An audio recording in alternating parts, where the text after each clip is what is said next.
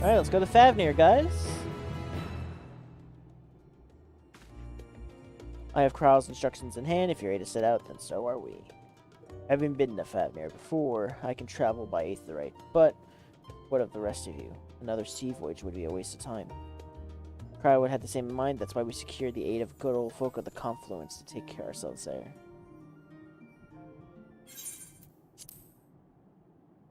The Confluence, thou sayest. I'm afraid so, my friend. What happened at the Confluence? That what we call the hunt for Iceheart, onto whose sanctuary we delivered the only knowledge by Comrade Moonbrita. Moonbrita was the authority on aetherology, a field of study she did embark upon the pursuit of her parents' example. Both are authorities in their own right, and both are researchers at the Confluence. Have you gone to see them yet?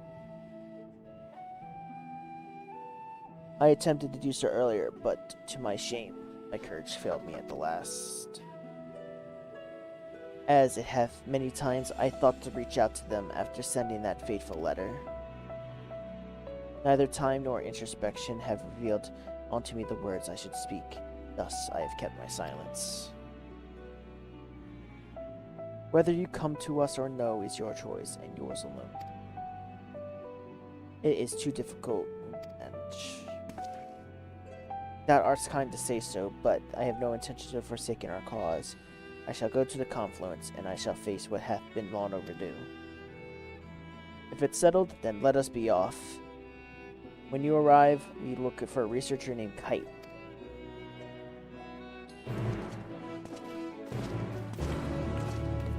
Or Kite Day.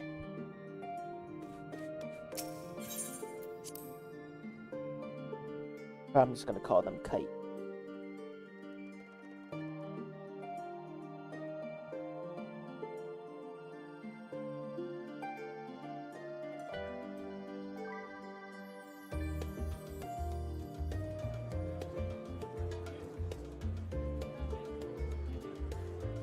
You know what the?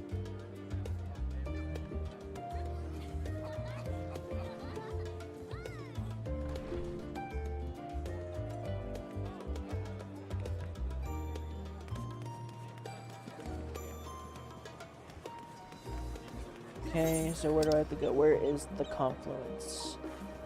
Okay, if it's to my left from where I'm looking now.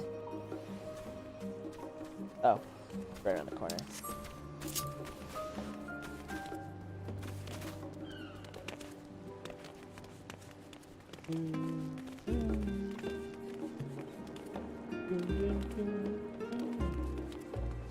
Ooh.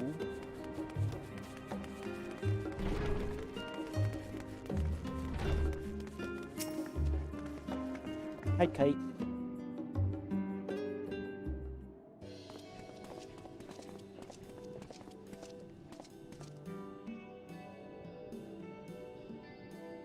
Well, now, that's a rather lot of stern faces. Are my library books overdue again?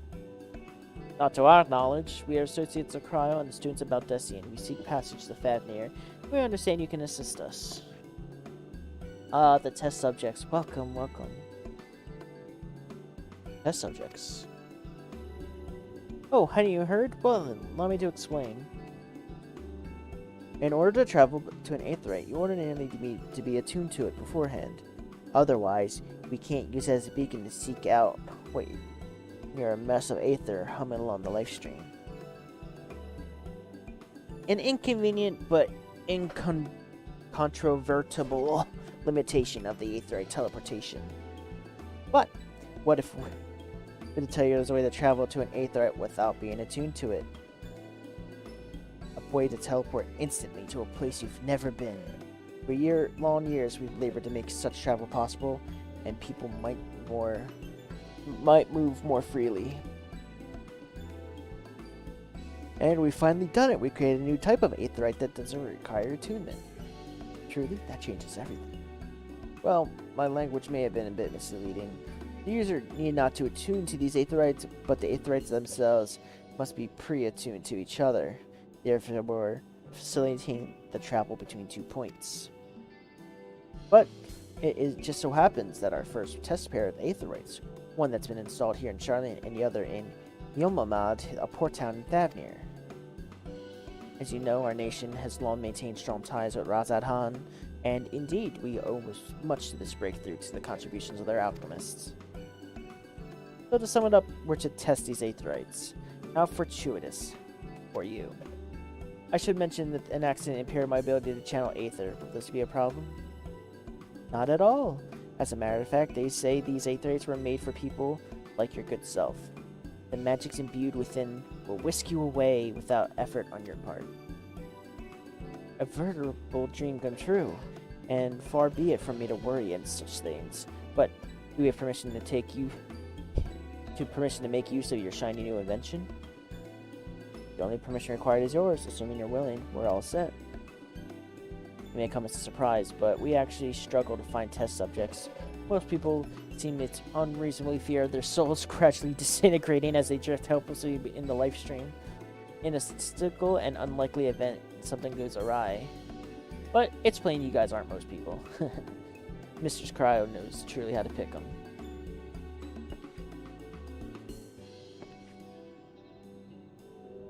If I must change the subject, are Master Wilson and Mistress Boida here? Not present today? Oh, didn't you hear? They recently resigned from their posts. Their expertise was needed elsewhere. A large-scale project helmed by the Forum itself, and I understand I'm not privy to details. I see. Any other questions? No? Then let's get going before you change your minds. Please see that your preparations and head outside to the Aethery Plaza. I'll be along shortly.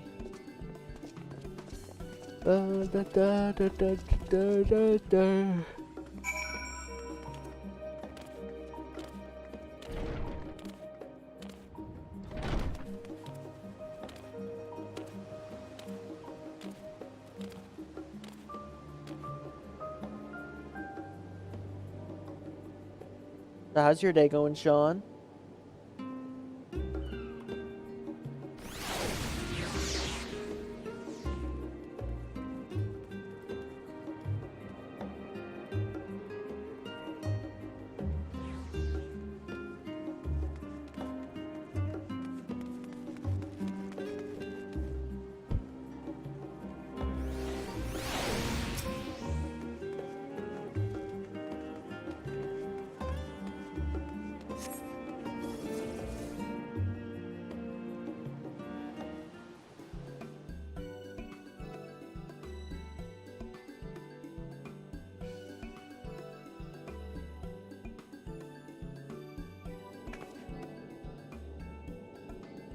Right, we're all set.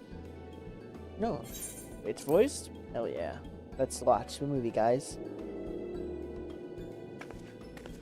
Just the 4 of you, was it? 3. I'm already attuned to the crystal in Thavnair. You are? Oh. I would have preferred more test subjects. Oh boy. Oh, well, never mind. If our 3 travelers could line up here, please.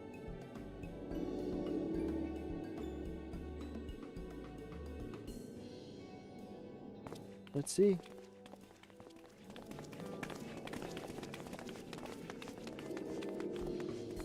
Now what? Yes, right there is fine. Take a deep breath, and I'll soon have you soaring through the ether.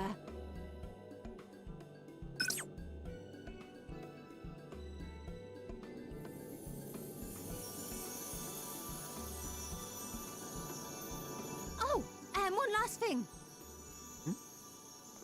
You might experience a teensy-weensy touch of violent ethereal sickness. Good luck! Wait, hold on. That doesn't sound good. What?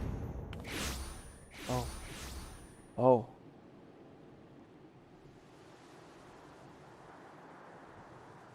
Oh boy.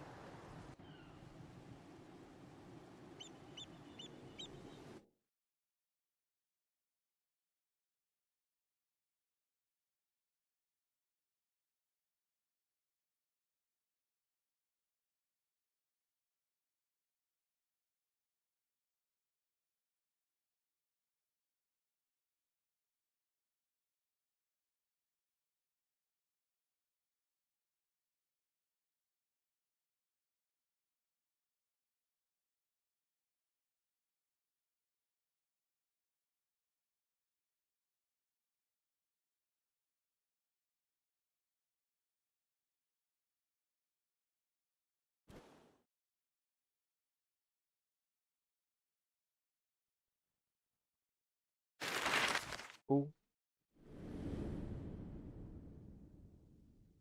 See how we traveled?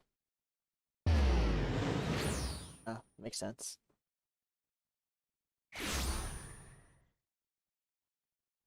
Radz-at-Han.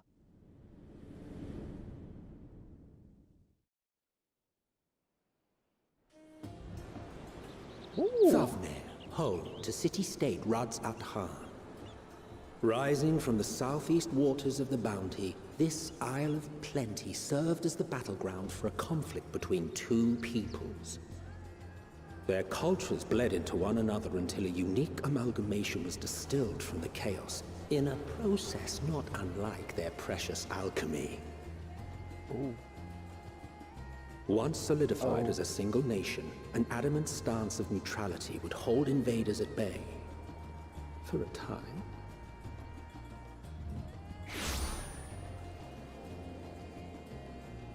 Alright, I made Now it. across this vibrant isle creeps a fog of malice. What choice do you have?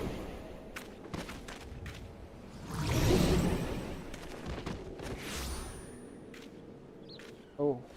What chance?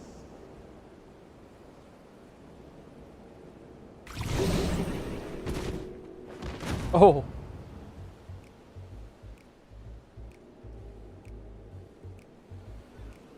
Against such an insidious foe.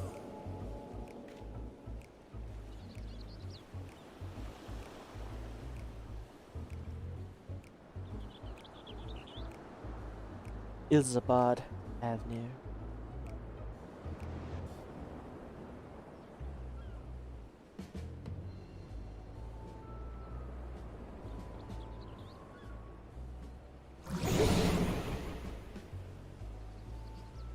Oh.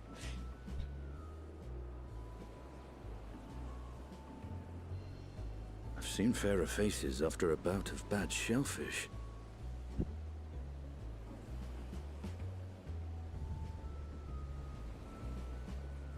Let me bring you something to drink.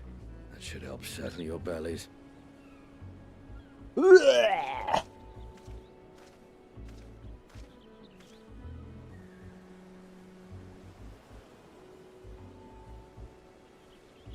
There was a note with Kryle's instructions.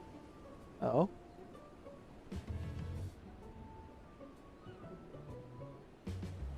Don't let Estinian roam the markets alone. He's alarmingly bad with coin. Oh no.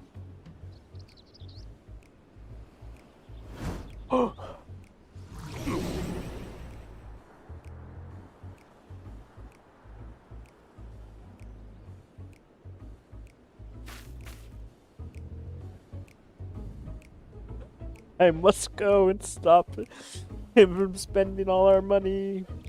Manage to will yourself to your feet, but given your condition, will you be able to reach Estinian in time?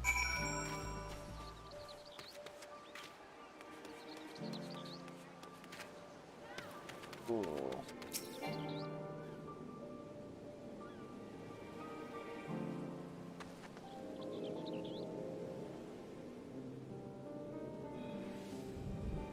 It won't let me move.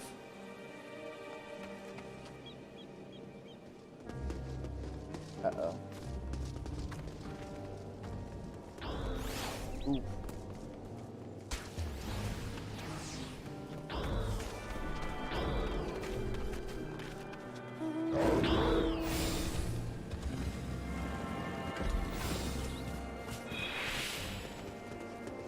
There we go. Estinian, no!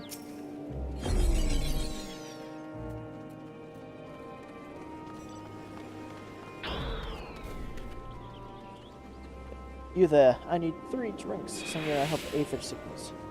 By the Mansua, traveler, I mean greetings and welcome. We are wise, good sir, to come here. My special Amon Lassim, only the finest and freshest ingredients, is famed for calm and unruly bellies. By the way, by the warm welcome to Thavnair, I am pleased to offer it for you for a low price of 19,800 gil. For not 1, not 2, but 3 bottles. A bargain amongst bargains. surprised this highway robbery. You want to say as much to Estinian, but you realize any words weren't in, and you cry out, accompanied by your last meal. You must stand before Estinian and use the gesture denied. If tears despair. Denied. No, no, no. I thought you could barely stand. You mean to tell you that's so urgent? I shouldn't buy the lassie. The merchant is swindling me. Oh! Sincerest apologies, sir, but it appears that my prices. I had my prices confused. It's actually 1,890 gil for 3 bottles of lassie. The confusion will make it across if you go for us. Very well. Then your coin. There's a bottle for each. Take them to the others to get some rest.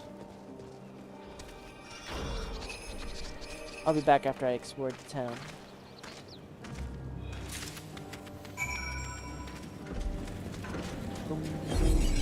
Yeah.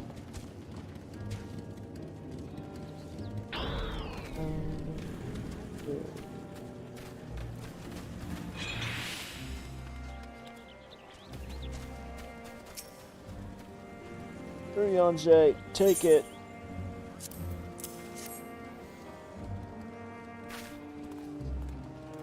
Praise be to the child. My stomach then looses its death grip. A heartfelt thanks to the Endwalker and the fine fruits of these lands. You were in time. Excellent. You spared us to Tali's wrath.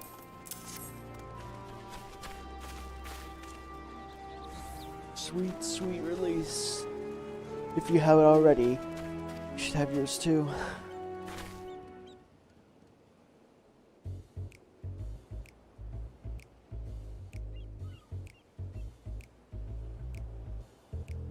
Right, I'm ready to get on with it. That lassie truly worked wonders. Back on your feet, I see. Thy hair. I bound it. This is the most I could do against the short. This heat short of shredding my armor. May I ask where you got the cord for? Local vendor, man says Thavnairian weave, tough and not easily unraveled. And how much did it cost? 9,400 gil, a steal I was told. It is nothing fancy, but I always value function over form. That's incredible. I dare say not even Alpha could hold a candle to you.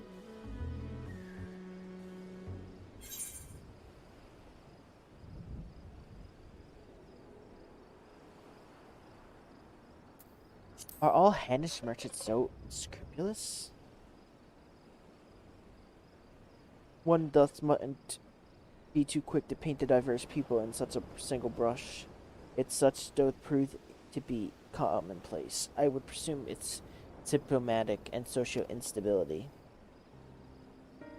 Claiming Thavnair as its own dominion, the nation Radz-at-Han thrives as a hub of commerce. In the beginning, there were the Axadora, the Matanga tribe, indigenous to this island. Over time, they came to be joined by other races, and through their intermingling, a culture rich and distinct did emerge.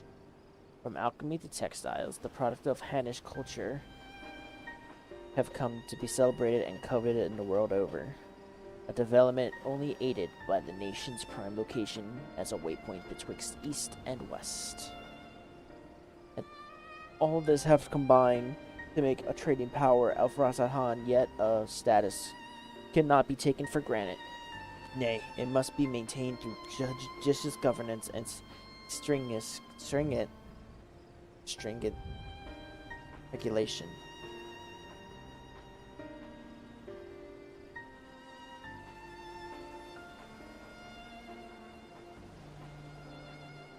Neither of which I see any evidence given to the merchants that the gateway town are free to fleece hapless travelers and tarnish reputation at large.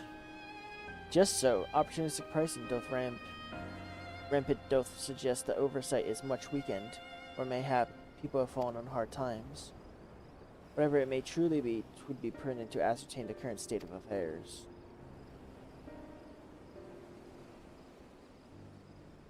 Prudent and practical, aye. We've not to lose by learning more. So ere we seek out of Kryle's acquaintance, shall we see the information we gathered here in Yamamad. Excellent. We didn't exactly get off to a flying start, but we'll make art for it.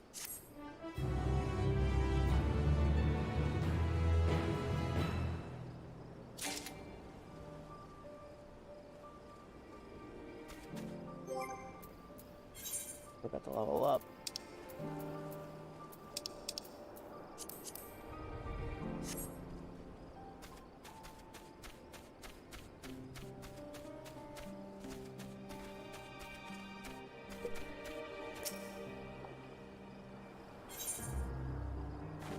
His stomach behaving once more, thank goodness ready to get to work. Right, let's split up and make inquiries our own. Eclipse, the pier is yours. Once we learn what we can, we'll group by the Aetherite, off-putting through the mere sight it may lead.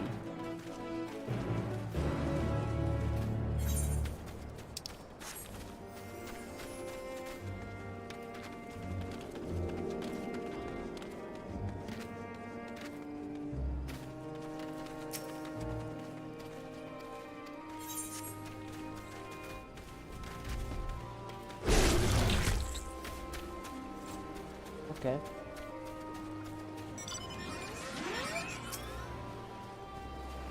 Well, if it isn't a traveler, your birth sight to see in these unsettled times. You've been giving us a wide berth since the Accursed Tower suddenly appeared in Nuremberg. If it just stood there and lived ominously, perhaps it would be fine after a fashion, but no, it had to spawn fell fiends as well. We have our lives to thank to the Radiant Host, but business is as good as dead. What will become of us, only the gods know.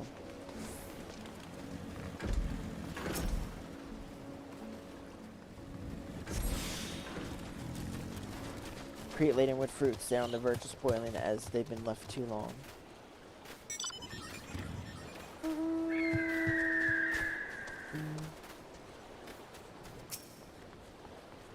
Injalil. What am I doing? What am I doing? Oh, recording my sales. I still do daily out of habit, though. I don't know why I bother. I hardly sell anything these days. Business has never been this terrible, but I suppose things could be even worse. I could have a consortium to keep afloat, like Halzal. I don't envy his position. Better to be alone with my little operation, I've come to realize. You're a traveler by the looks of you. If you have a moment, perhaps you could pay Kazal a visit. I'm glad, and he'll be glad for tidings from abroad. Like it or not, you'll find him in Saltwind Sails, the Harbor Guild building across the water here.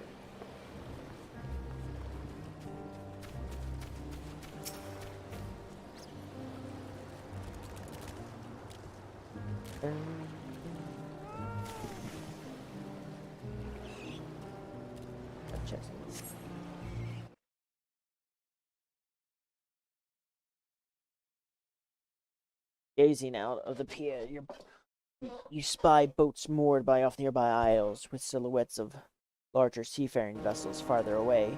Compared to the other ports you visited in the past, it appears to have very little activity.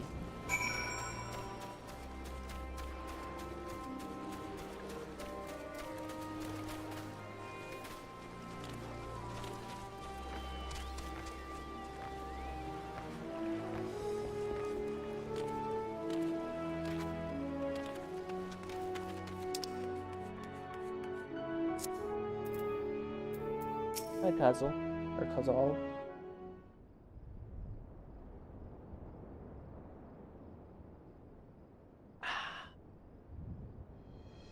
Dalmatians aren't coming? But we already have everything they ordered. What are we supposed to do with it? I don't know, but yelling at me isn't going to help. All I know is their plans have changed, and that's that. Look. You must have known this might happen. The Empire is at war with itself, and the provinces are in chaos. And there's a tower sitting on our doorstep spitting out monstrosities. The city has its defenses, but we've been afforded no protection out here. We can't blame foreigners for not wanting to take the risk.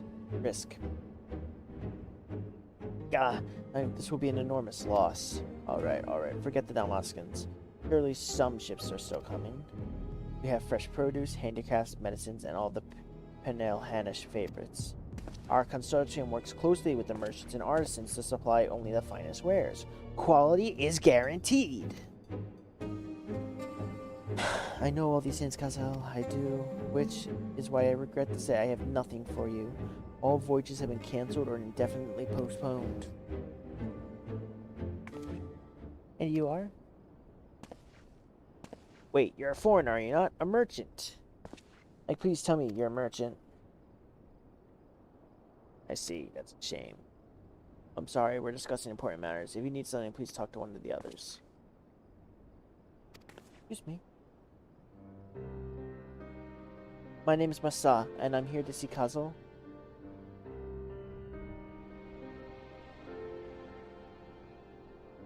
Oh, it seems he's busy. I'll come back later then.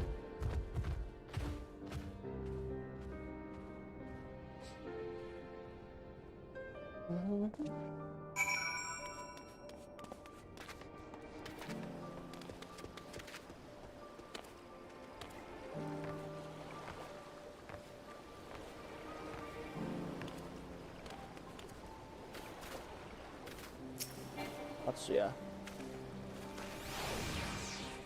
Yes, can I help you?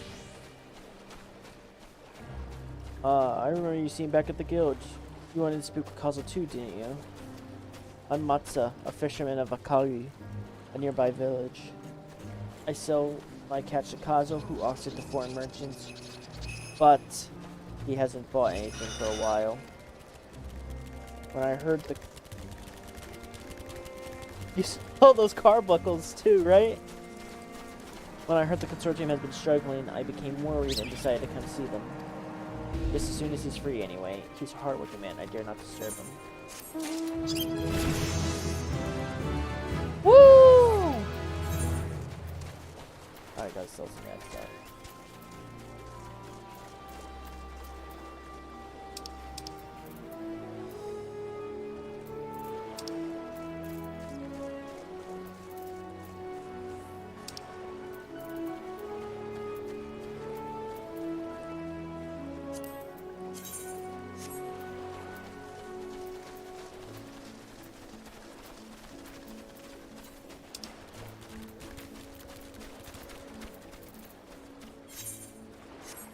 Oh yeah, hang on.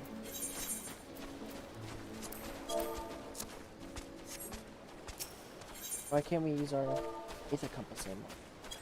My regards to you nervously. May I ask, what is it you do? An adventurer, you say, and you travel the world helping people? Then you must have a great deal dealing with strangers. Please, don't teach me to be like you. You see, I brought some fresh fish with me, a portion I couldn't preserve. I want to sell them. Problem is, I'm terrible with people. I only ever dealt with Kazel, and I can't talk to customers without getting my trunk in a twist. So please, as silly as it might sound, will you not peddle my fish in my stead and show me how it's done? If you're willing, please let me know, and we can begin at once. The answer to the following cannot be skipped. You may wish to cancel any further duty finder registration. You'll do it then? You'll show me how you deal with customers? I'm in your debt. Right, so please peddle my fish to, shall we say, 3 people here in Yelmed. I'll observe you and learn.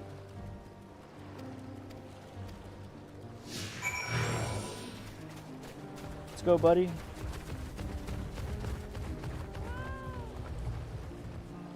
Oh, well, oops.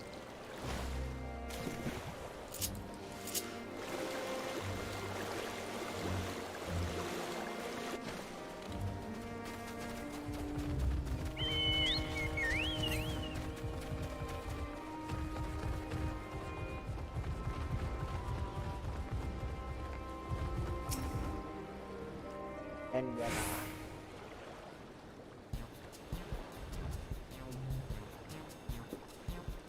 Hmm? Yes. Fish! Fish! I got fish here. Fresh fish straight out of the sea. Bosom to your mouth. I'm sure your bosom fish are very fresh. This is rather sudden. I don't need any fish right now. Oh, no thanks. How you fail to make us it. Never mind. It never goes well the first time. I'm sure you'll fare better at the next customer.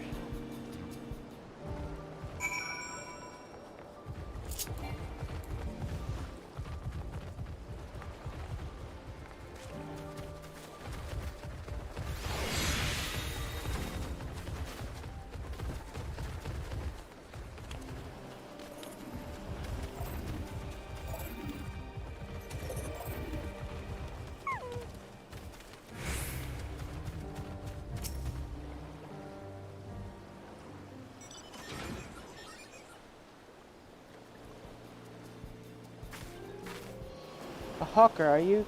Do you sell fruit by chance? If so, I would like to buy some umra. Let's say it doesn't. Doesn't need to be export quality. Armra smarma. My fresh fish is the only thing you need. What do you need so many armra for? For eating, of course. It may seem like a lot, but of late, I got to go through much time. I'm a stock taker by trade. No vessels coming these days, and the wares are beginning to pile up. By the same token, nothing is coming in from overseas, so not a day goes by that someone doesn't come asking for the next shipment is arriving for this and that. It wears me down, and I find myself hungry. I know how you feel. Thank you, Thank you. A pity you don't sell fruit. I enjoyed our little chat. It took my mind off my troubles for a moment. The conversation ends with that sale. Never mind. If nothing else, you left her with a positive impression. Let's move on to the north side of town, shall we?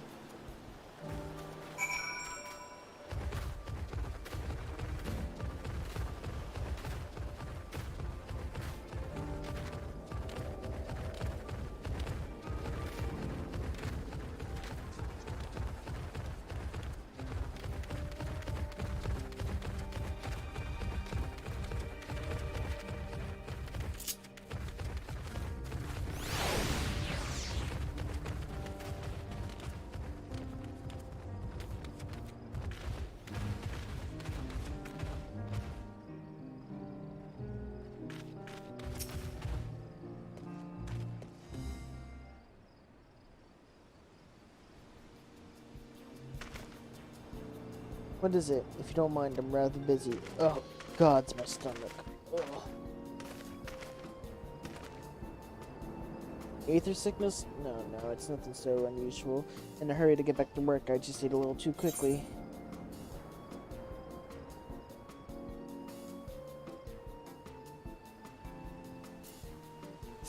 Take it easier. Eat more slowly. Go ahead, save it to me. Would that if I could, but I can't afford to be idle.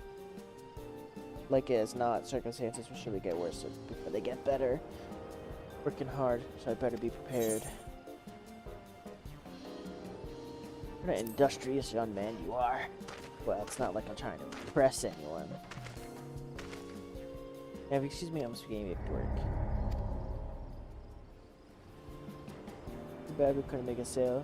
We did manage to build something of a relationship. Thank you so much for your demonstration. Truly eye-opening experience. Come, let's return to the pier.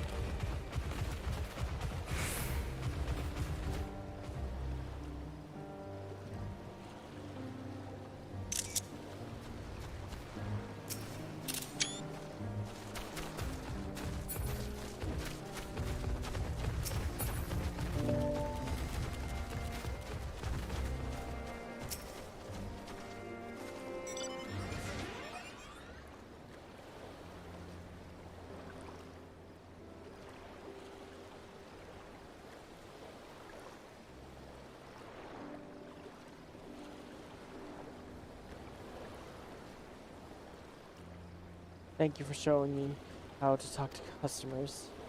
Though you didn't manage to sell me fish in the end. By the way, you fearlessly approach strangers with so much courage. When I peddle my wares, I'll remember your example and endeavor to be fearless too.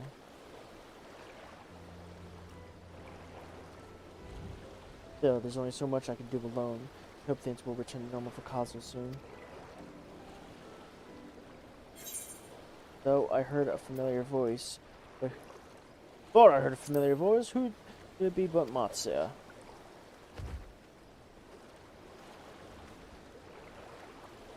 Basil, have you finished your business at the guild? And you were there too. Forgive me, try as I might, I can't find any buyers. With no ships coming in and hardly any going out, there simply aren't any options at this rate. So, you can't buy my fish anymore? Sorry, Matsu. I truly am, but for now, you must peddle your own goods. But by myself, I can't. I want to help you, I do, but as it stands, I can barely help myself. I poured my all into the consortium, and I'll be damned if I let it fall apart. My friends and family are dependent on me, and I won't fail them. The sisters as my witness. Puzzle. Not to worry. Using what I learned from you, I'm sure I'll manage somehow. Well, I best return to my village. Thanks again. Please take care on the road. That sucks, though. Alright. I'm gonna be right back. Do I have my gears?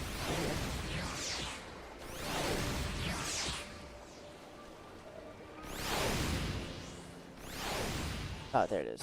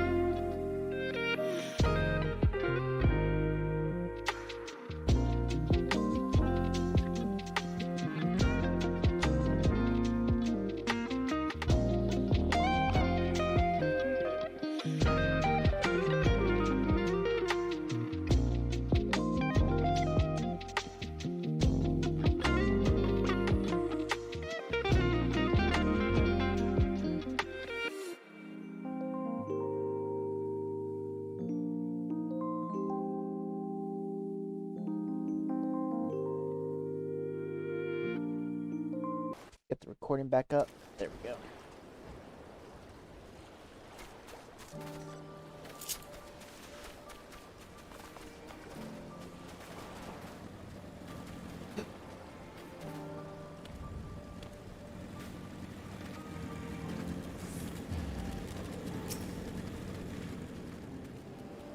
I see you've been busy. Trying to learn a tidbit or two, I trust.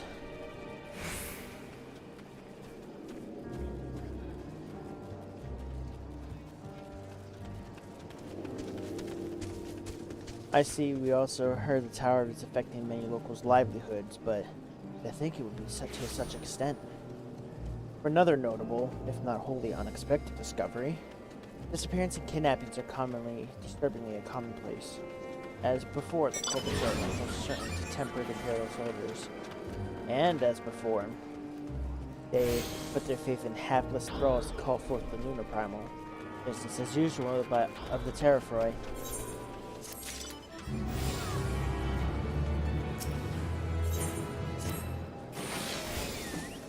With that much safe, so you're helping. He's an Oxidar yet.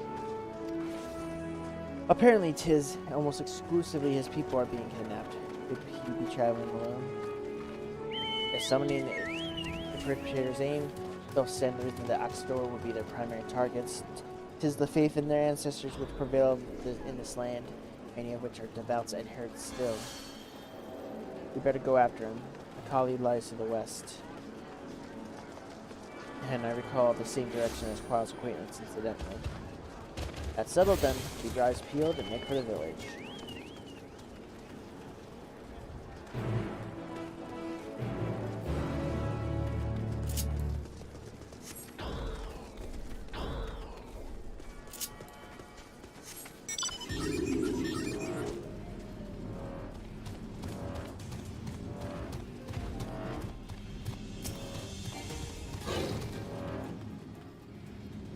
Come on.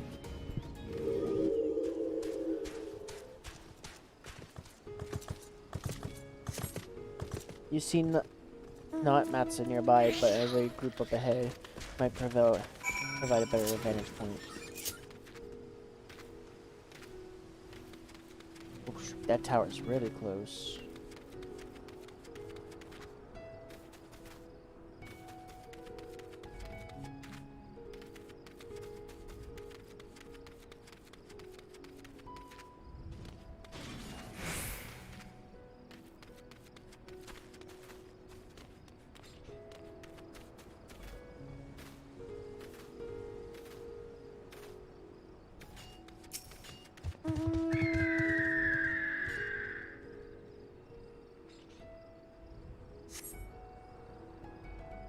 You do not see Matsu from here either. Oh, no, leave me alone. Help! Somebody help! Matsu's voice, it came from the north.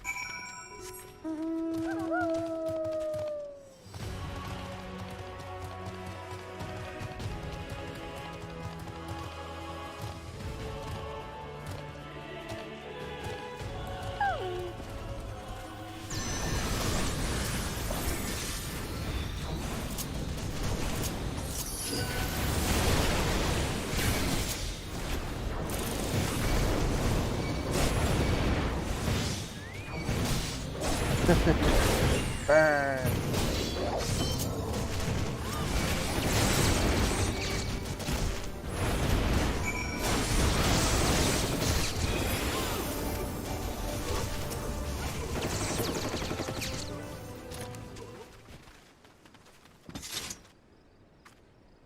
Doom, doom, doom, doom.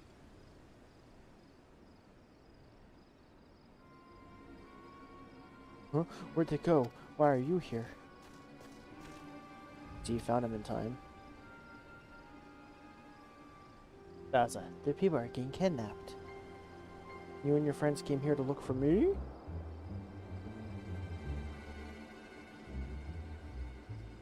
I don't know how to thank you. On my way home, I took a moment to stop and rest. Think about what you do and well, everything. Then those men came. Kidnappers, we heard the Oxidara are being targeted. Surely you have as well. Perhaps it's best if you took refuge in the city. I've considered it me and the others, but fishing's all we know. The ocean's all we have. I see, that's your decision to make. But should you care not to travel alone?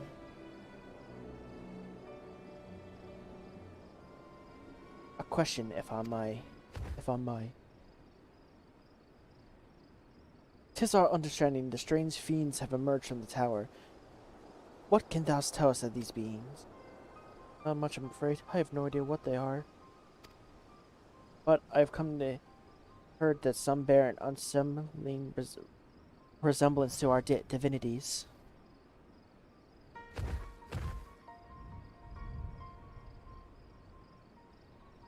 For that reason, some have taken to calling the tower Zot, House of Divinities in the old tongue, I mean. But they're not true divinities. They're monstrous imitations that only bring death. To have one's faith so twistedly, grievously in dignity, and full justified art thou and thine outrage. Know that 'tis not for any other purpose but to neutralize the tower. That's why we journey to this land. But we may be forced to contend with these false gods, and thus we learn of them all that we may. Wilt thou tell us the divinities and their true nature? You've come all this way to save us? Really? I think I had you peddling fish. But to answer your question, yes, of course, I would gladly tell you about our gods. We, I say, because I'm a terrible storyteller. I ask my fellow villagers to do it. So please, come to our village. We're good, God-fearing folk, all of us. And we'd be honored to share our knowledge. And fish. What sayest thou? Shall we pay a visit to a Kali? Wonderful. Follow the road west and down the hill. You can't miss it.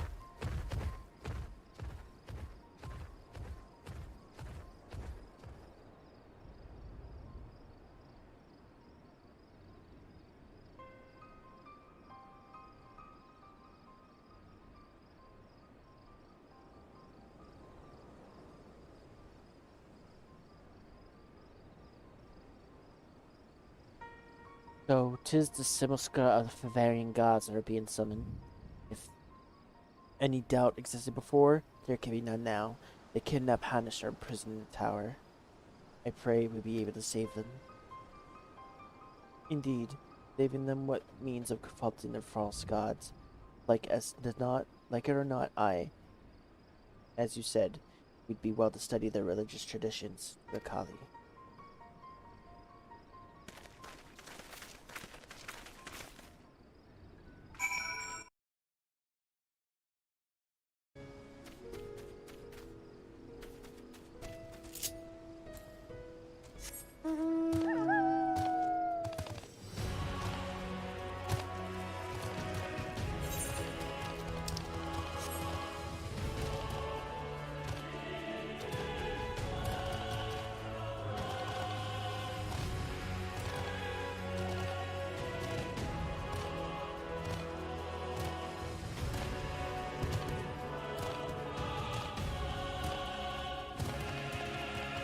You discovered a new location.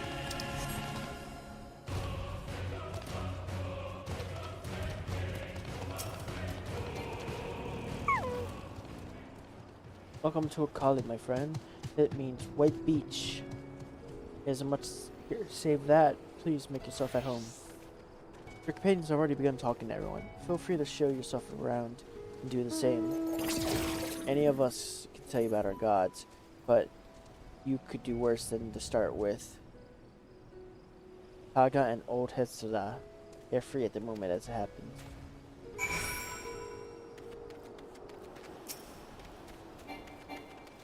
Haga. You wish to know about our gods? What a curious visitor you are. Most want fish. In any case, I'm happy to oblige. Now, I don't know whence you hail, but our isle is home to many gods. They can be divided into two groups.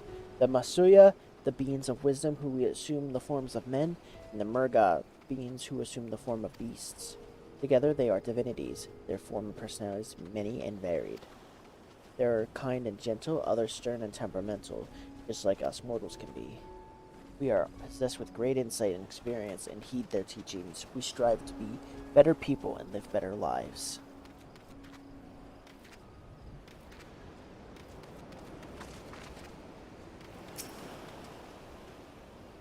Interested in learning about our gods, you say? That's what I like to hear.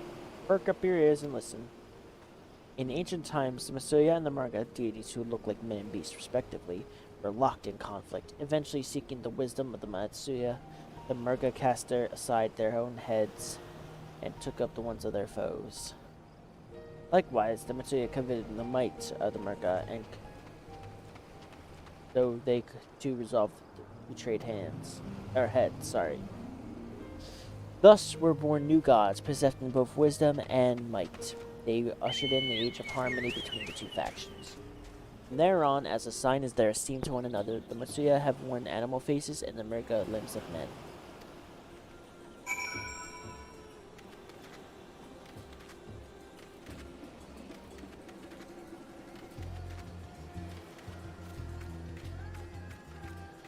My God.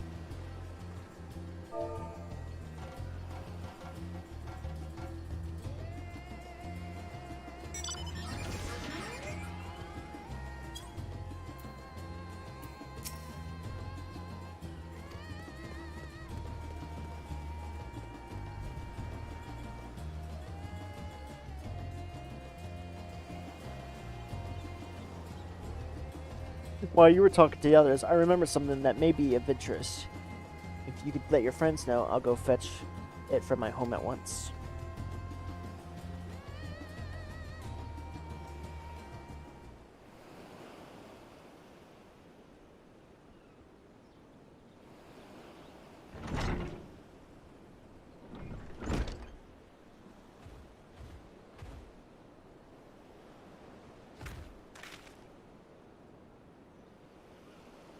Apologies for the wait. I wish to show you this hanging scroll which depicts the three of our most revered deities. By all means, we would like to see it.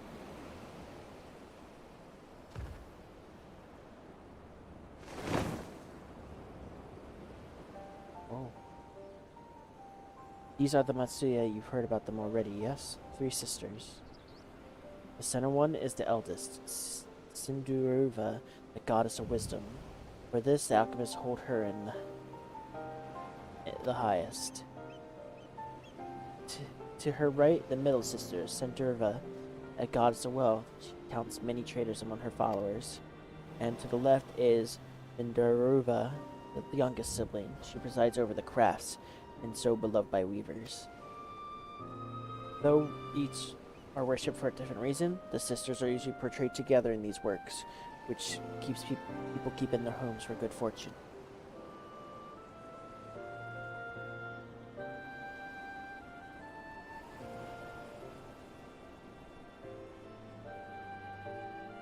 It's the faction of the Matsuya, the deities of Eorzea, preside over myriad aspects of life. But what of Marga, I may ask? Marga hold power over nature. In ages past, they were revered as guardians, deities in times of conflict. If you had the occasion to visit our temples and ruins, you'll find their images there. Among them is the gods who possess the Gaja's head and the venered of Herkjeder of the Akasadara.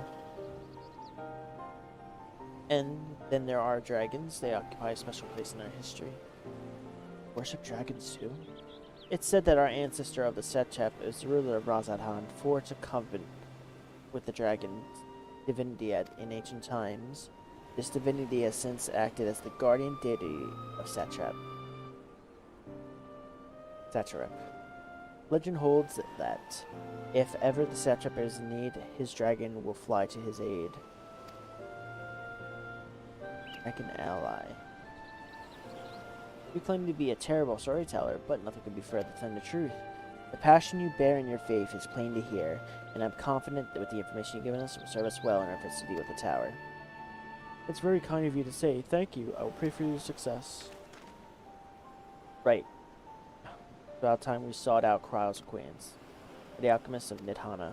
According to Kryle's notes, we'll find her at a place called the Great Work, further along the coast.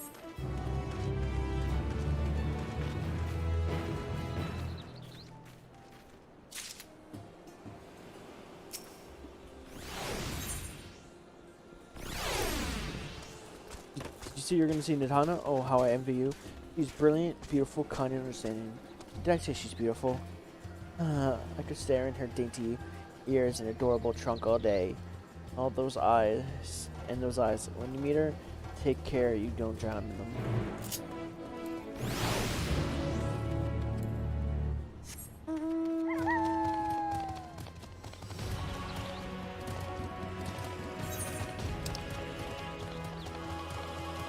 Damn, that's another aetherite. Where's the tower? Like, oh. Oh.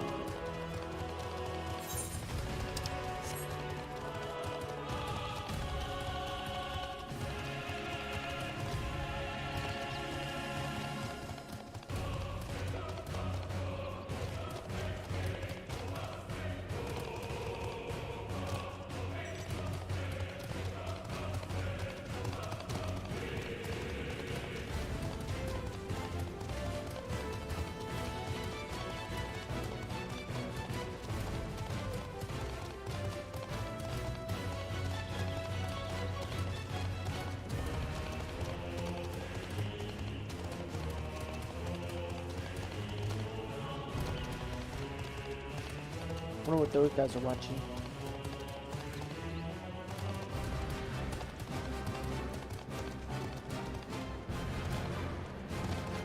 I'll let her have a chance to load in while I do too.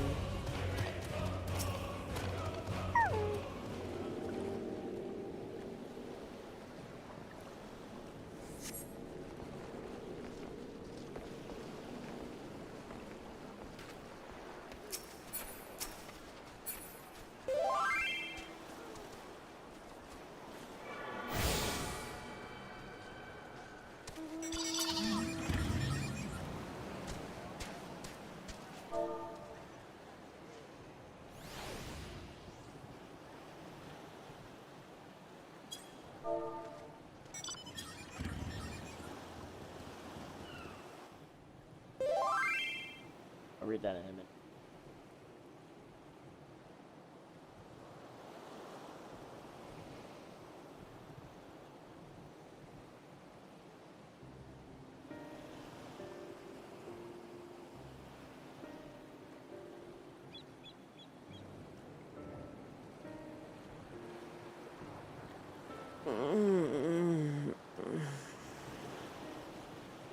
I was looking at my phone. I wasn't looking at the screen when I heard that. It made me almost launch to hit the sensor button on my OBS.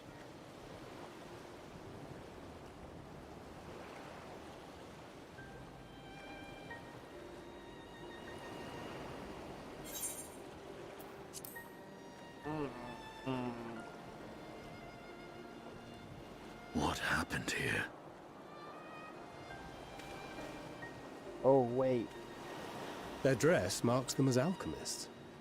I see no evidence of injury or poison. Thinkest thou they but slumber? I believe so. Whether it is by choice is another question entirely. Oh, we have guests. You must excuse the poor welcome. Long days and longer nights have taken their toll, as you can see.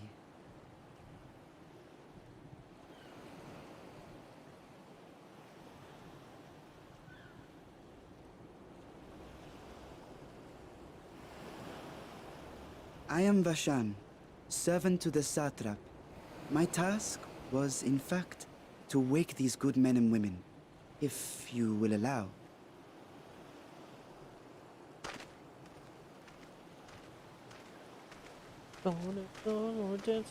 People of the great work, I come bearing new scales.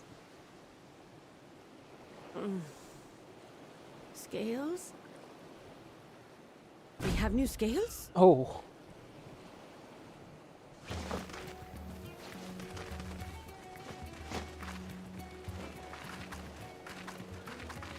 The hell? Yes, my friends. Gather round. I have them right here.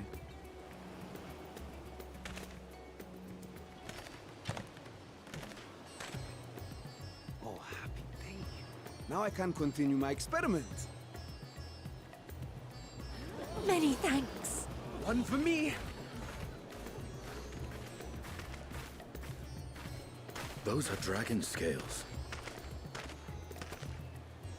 Yes, such materials are vital to their most pressing research.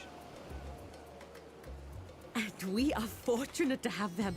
Our experiments are so close to bearing fruit.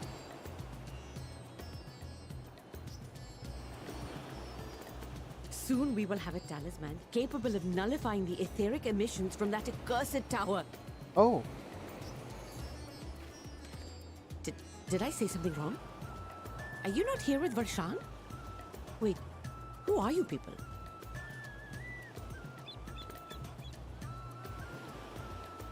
we're from Of Aerzia. course. You're the one Kryl sent. The warrior of light we've been waiting for. Ah, this is a day of celebration. Praise be to Cinderuva! Cinderuva. The winds have shifted. I feel it. The end to our toil is near. I feel it too. My head hasn't been this clear in days. Tell me, how did you acquire those scales? Curious that it concerns you so. But worry not. They were freely given by the dragon with whom our satrap has forged a lawful pact.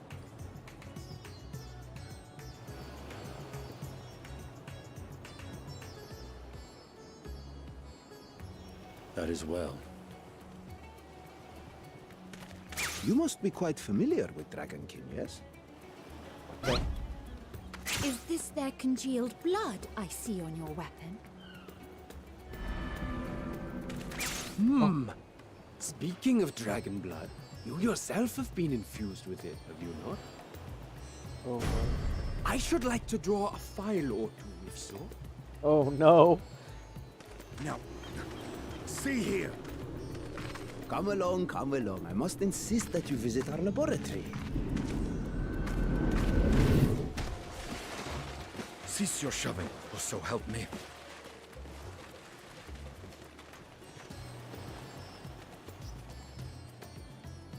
Oh dear, your poor companion. What with the new scales and your timely arrival, my colleagues are a little giddy with excitement. Oh no. No harm will come to him, I promise. Meanwhile, shall we find a quiet place to talk? As you may have guessed, I am Nidana, the alchemist who sent the request to your mistress Kryl. We have workshops across the nation collaborating on this research project. But it is here, at the Great Work, where I collate our results. Come with me, all of you, and I can explain the crux of the situation.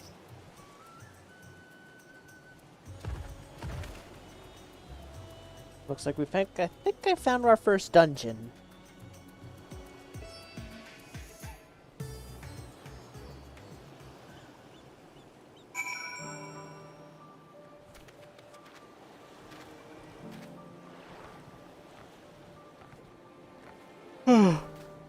Alright.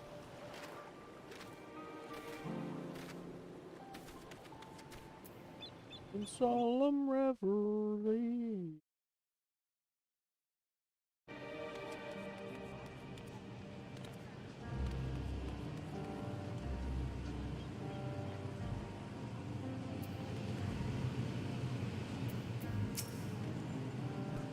Monday, Hannah, tell me what's up.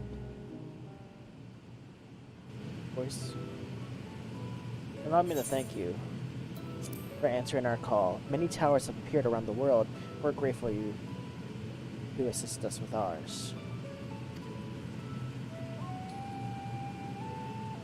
Though Kryl herself is tied up with other investigations, Eclipse is immensely incapable substitute. It will spare no effort to aid you.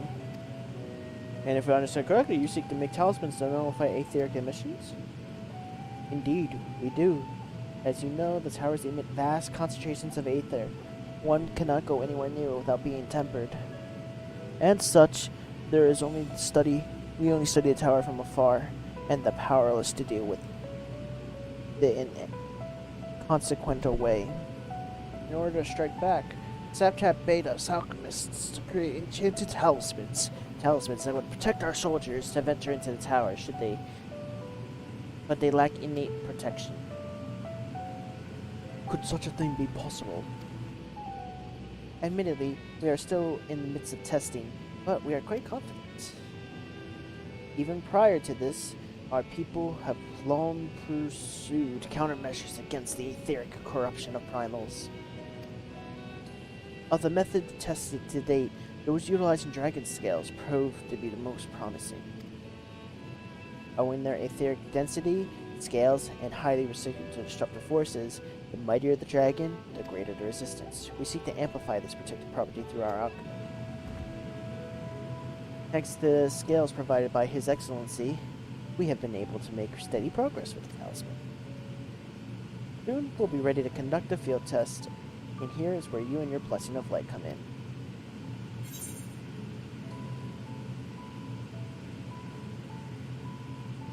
Whatever it is, leave it to me. Thank you. Lest you wonder, we only ask you to serve as an escort. I will explain in greater detail later, but you will be venturing into the tower's field of influence. And so, for your own safety, I will first test how well your blessing shields you, with your permission, of course. In that case, Uriel and I will find a way to make ourselves useful. Seeing as you all work to a point of collapse, I suspect you could do well with more hands. We would be grateful for any assistance you can provide.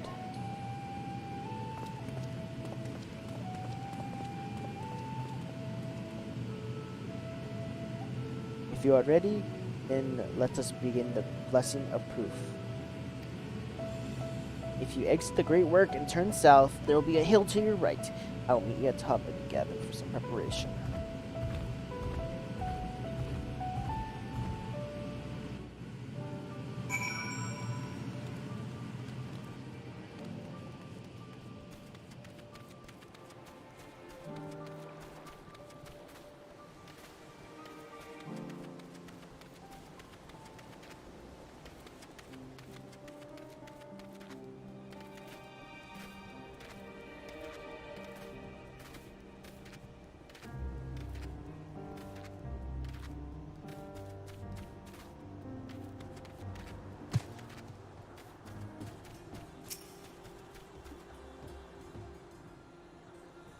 I hope you didn't have any trouble finding this place or climbing that hill. Not all are accustomed to the physical strain. Thank you fruit of our sweat, tears, and many sleepless nights. The drunken Deepa.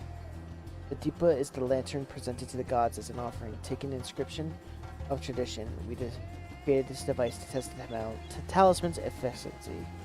Upon activation, you'll move to a certain distance before emitting a powerful blast of aether. In low corruption, those lacking sufficient protection will experience severe aether sickness. For your test, you will be exposed 4 times. That should be to ascertain your blessing's protective ability. Please, whenever you're ready, please observe from a safe distance. Commencing etheric exposure testing. Repeat. Commencing etheric exposure testing. Retreat to a safe distance if you are not the subject. Follow the drunken lead and try not to fall behind.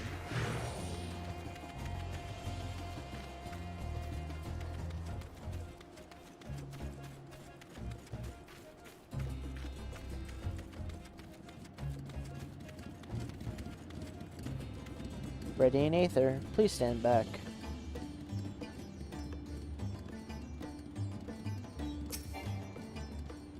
Ready in Aether, please stand back.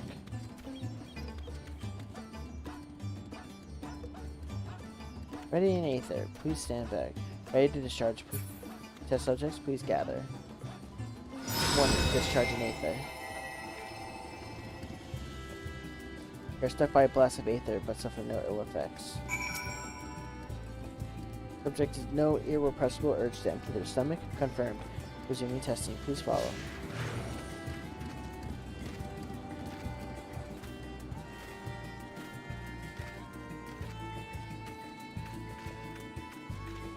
The tower's like right there, dude.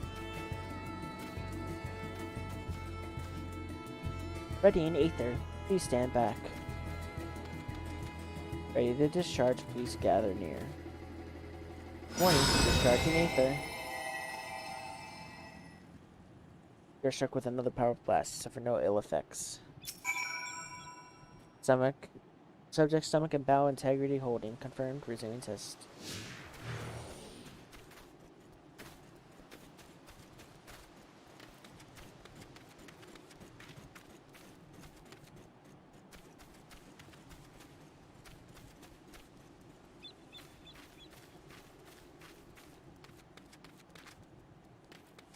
Ready in Aether, please stand back. Ready to discharge, please gather near. Discharge. You are struck by yet another powerful blast of Aether, but for no effects, the blessing light to keeping you safe from harm. Preparing for final discharge.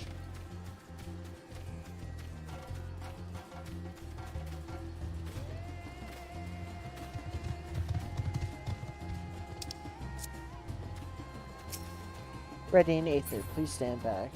Ready to discharge. Test subjects, please go close. Discharging Aether.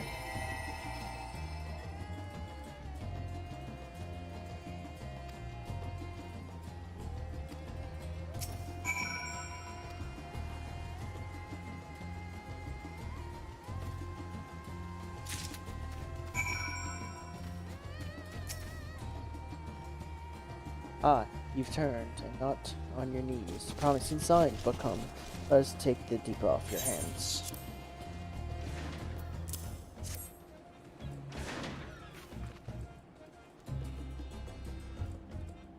Thank you. I shall replenish its Aether when we test the tabs. So, no dizziness or nausea or anything of the sort? You're feeling perfectly fine? Then the strength of your blessing is beyond doubt. There's no risk that the terror will corrupt your Aether. With this, we can request your aid for the task ahead with easy hearts. You're a capable warrior, no? To make you amenable to assist me. You see, our talisman requires to use special ink, but we've exhausted our stores of the key ingredient, spirit weed. The herb grows not far from here, and I would like to go harvest some. At the recent spate of kidnappings, however, we asked Adora to travel alone at our peril. Will you accompany me as my escort? I would compensate you for your troubles, of course. I mean, you're dead. Without further ado, let's head to Kajia's Footsteps. It's situated in the road which runs east of the Great Work.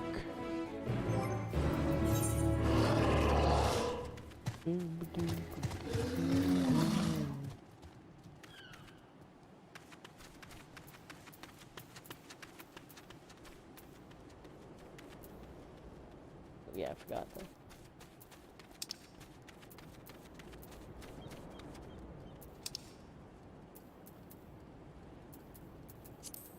I'm honestly not gonna books anymore.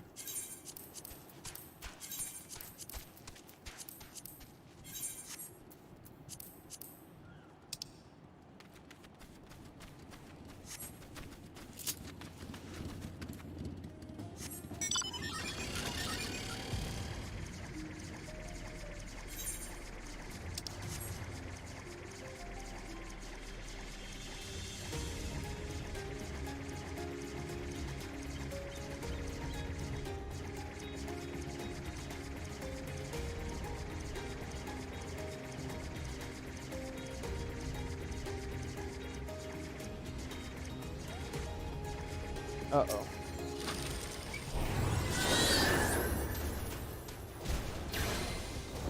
Look out.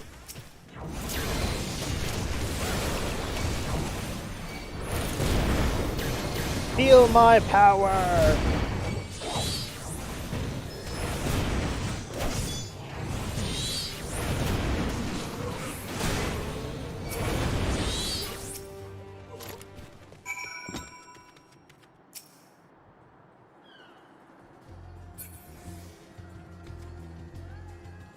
Oh wait, let me talk. There you go. God, that gave me a fright. To think the moment I ventured outside the safety of the work. Thank the sisters I asked you to come with me. You're alright, I hope. Good, good. Let's continue on. It's not far now. Through these pillars and up the rise.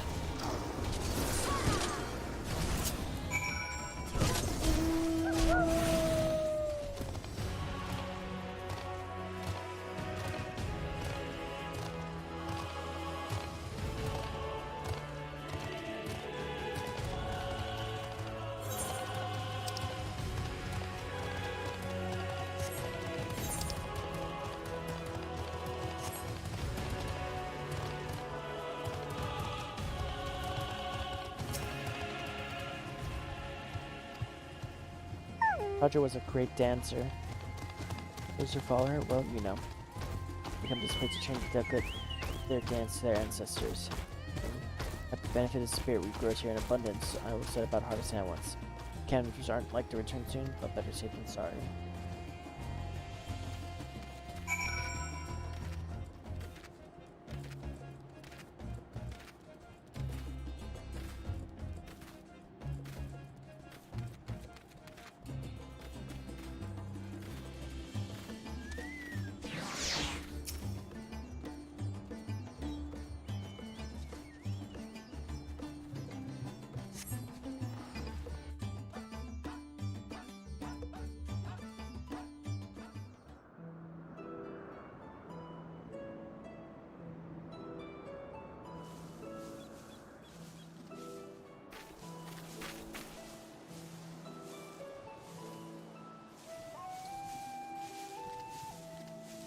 Yes, that would be Radz-at-Han. Hardly anyone has been allowed in or out since our troubles with the tower began.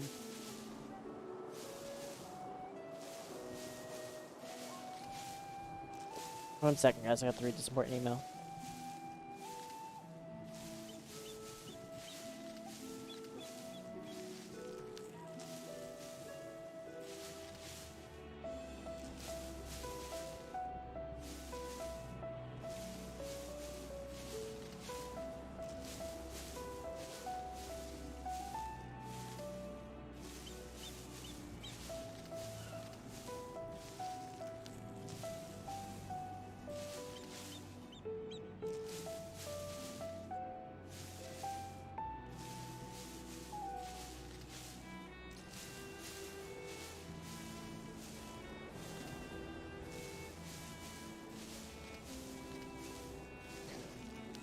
Wait. Oh, okay. Ready. Alright. I can pay attention now. Yes, that Radz-at-Han hardly anyone loud announced again. The faithful citizens huddle inside the city walls, and commerce has all but ground to a standstill. I pity the Satrap, the trials he must be facing.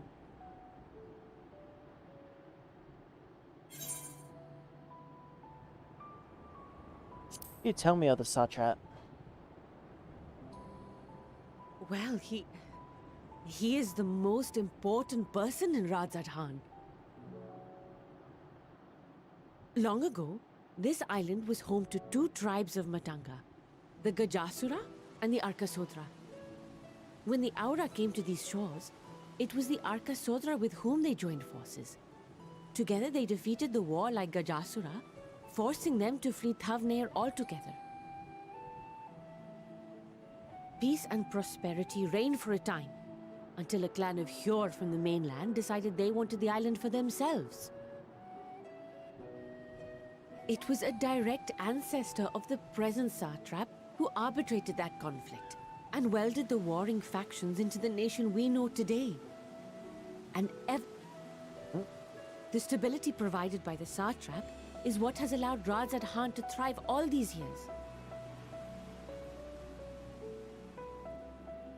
And it was the Satrap himself who entrusted us with this duty. We will not fail him, nor our countrymen.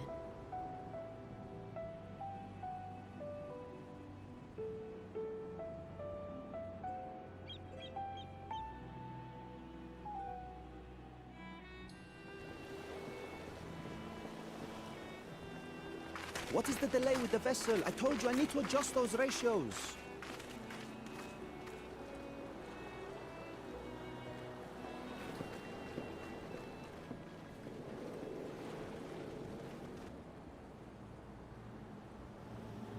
Oh no. I come all this way to admire one of my splendid towers, and what do I find? Fools attempting to ward off its tempering influence with magic trinkets. I seem to recall a similar experiment in ages past. What was that man's name? Oh, something. Owen? Another body, another time. Who could be expected to remember every trivial detail? Allowing them to construct such handy talismans would be counterproductive to my plans. And yet, I find myself deathly curious. How will they manage this feat with the limited knowledge and resources at their disposal? Complications be damned, for we cannot escape the nature of our souls. And I, as ever, am my own worst enemy.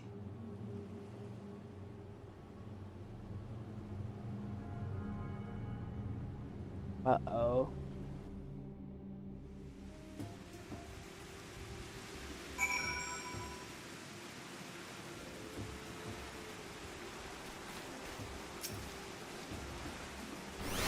I have enough spirit. We've lost us a good while. Thank you for keeping watch. Let's head back to the great work, shall we?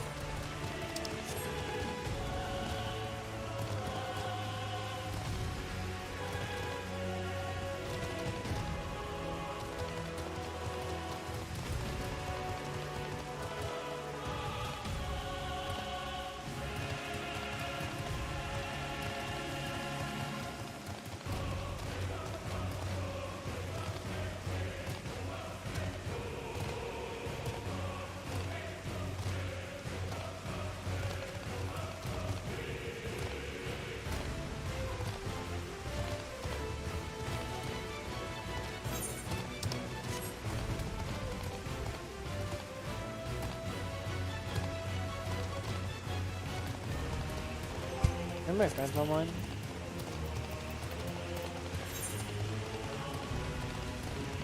Oh my god, Sean! Level 87! Not surprised these two... Level 8... Oh, at level 80.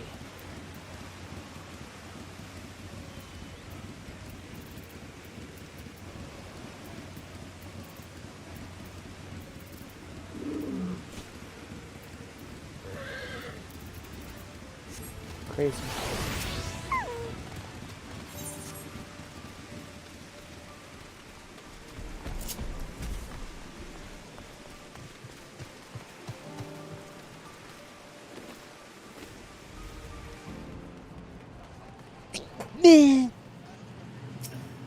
I did, Hana.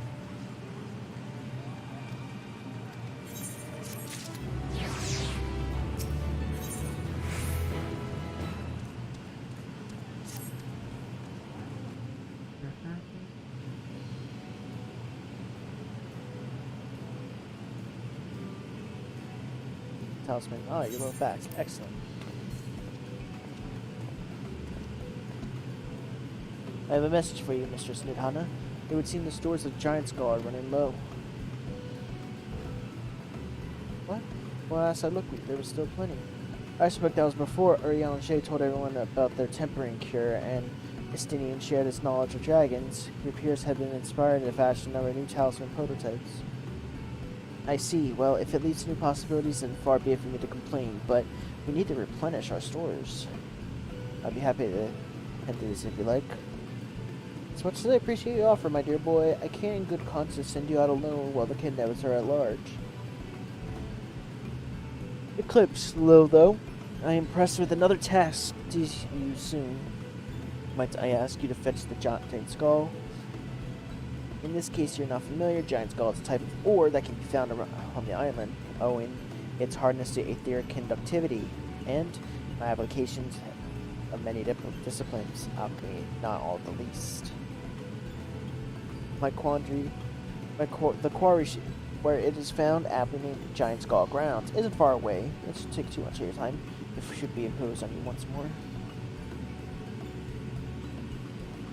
Thank you. Please seek out the man named Zona. He'll furnish you with the ore.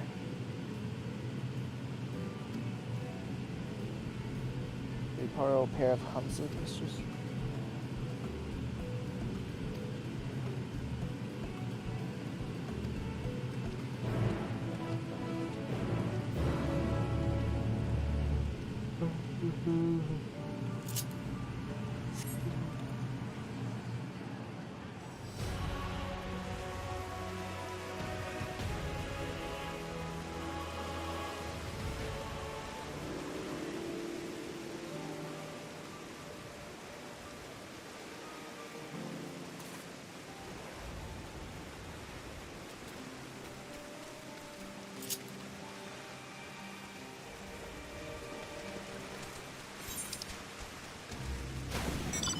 That's most likely an Aether current quest.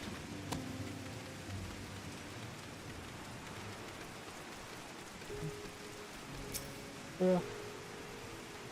Here are our Humsey clips. The creature looked familiar. That's because they're close kin to your Eorzean dodos.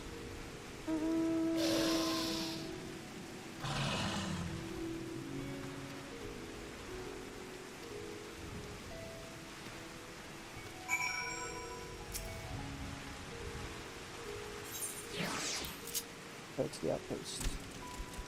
Let us be off. If you haven't ridden dodos in a while, be warned, they have a bit of a wobbling gait.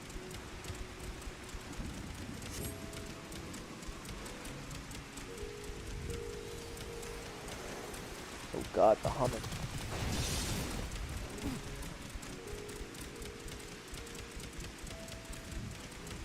Spectacular formation stretching out is called the Kagaga. The word means sword. The sword, legend holds, was wielded by Matsue against the Moraga before he cast down the conflict's end.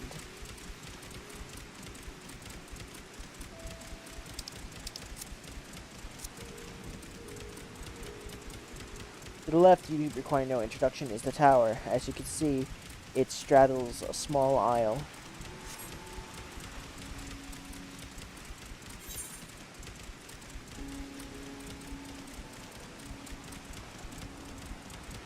Almost there, the main part of the hatchery is up top of the cliff.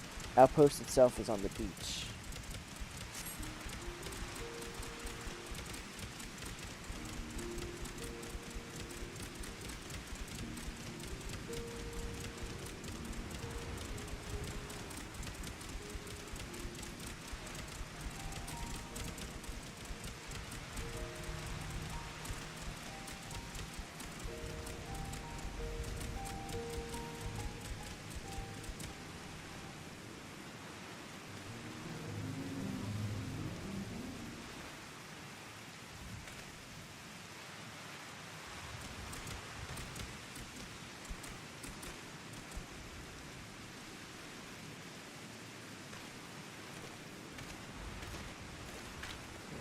And here we are, manned by the Radiant Host. This outpost is our first line of defense against the tower.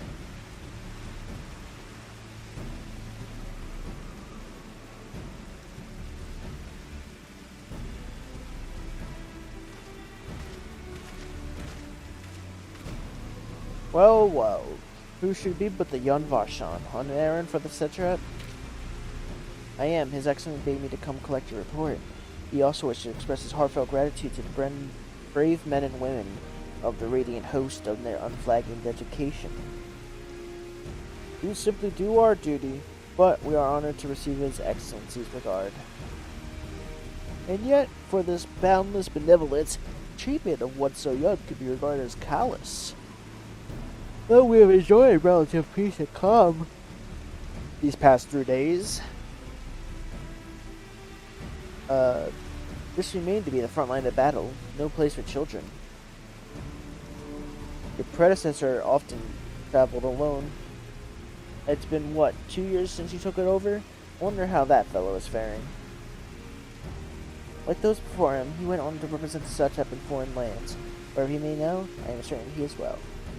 As for myself, I assure you all I do, and all I do of my own volition, and gladly. Pray you do not think ill of His Excellency.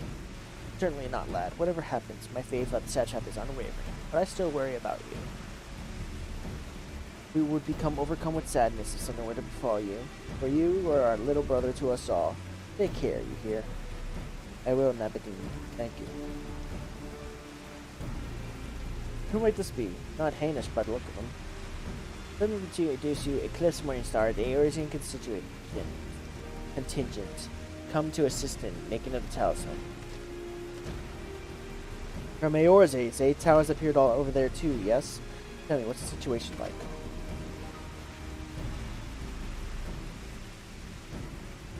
May I suggest you exchange information with the soldiers? Both parties would stand to learn the value, I believe. An excellent idea. Given the unprecedented nature of the threat, some of ours are understandably anxious. We would be glad for any tidings you can share. You two, bring Varshan the latest report and answer any questions you may have.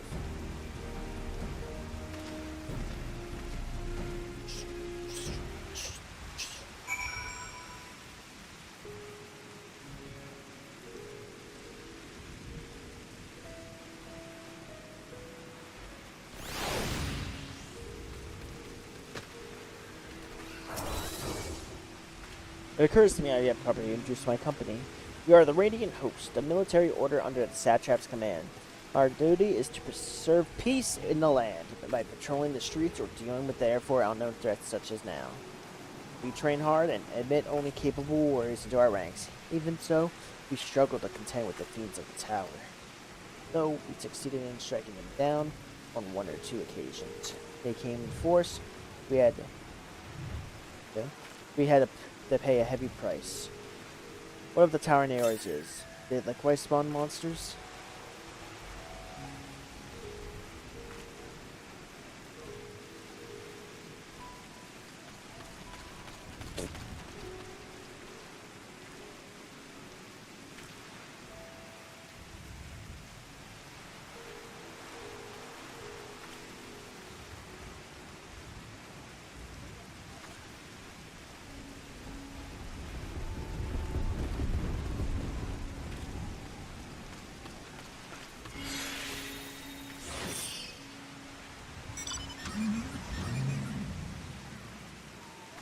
Though it seems the same everywhere, with every nation struggling, we cannot expect calls for outside aid to be answered. Hoodie. Ah, I've heard of you. You're a visitor from Eorze. Is there anything you can tell us about the Trophy? We know that there was behind the tower, and they've declared war on the whole world. But why are they doing this? What is it they want? This we don't understand. What? They want to die and take everyone with them? What madness is this? Well, I can bet that we won't let these bastards have their way. We'll fight them with everything we have, like Eorzean and Far Eastern brothers.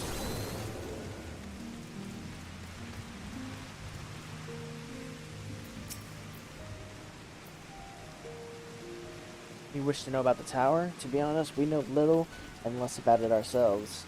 The Tower of Zot, as folks have taken to calling it, suddenly appeared when it did in the Isle of Nuremberg. We're safe from its influence at this distance, but go too far into the water and you'll expose yourself to its corrupting ether. You're a foreigner, aren't you? How are you dealing with the tower in your homeland?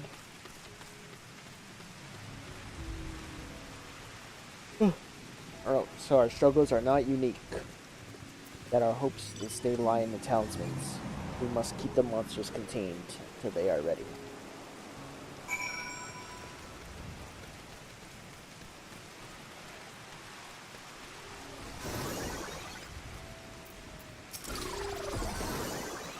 Finished speaking with the soldiers, have you? I hope that it was enlightening for you as it was for them. As a neutral nation and trading hub both, Radz-at-Han ordinarily receives a steady stream of news from abroad. Alas, the stream died up when the trading vessels stopped coming. Amidst the dearth information, I advise everyone to be grateful for this account. But come, give best see to your original errand. My guess is mine will keep me here a while longer. However, I'm afraid I cannot guide you the rest of the way.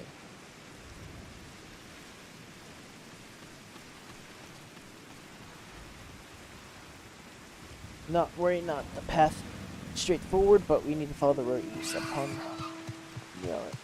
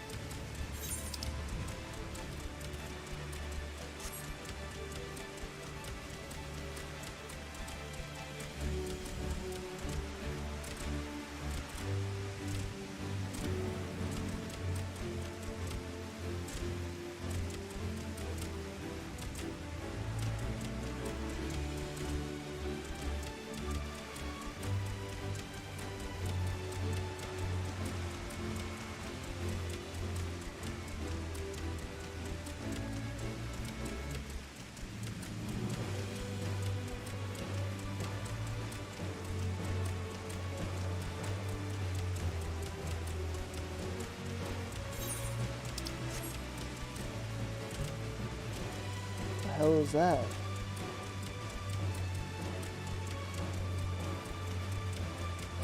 Oh, it's the world boss.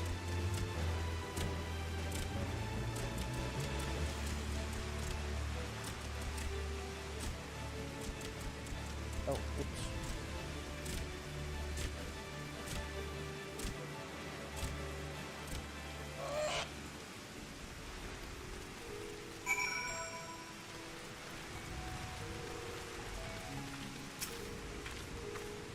Hi, this is indeed the Giant Skull grounds, and I'm Zahir. Is there something you require?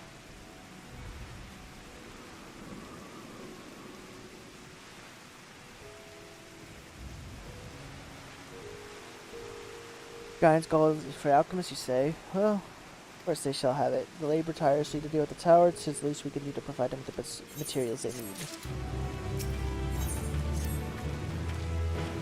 Here you are, a sack of the purest Giant Skull, which says on for our best friends.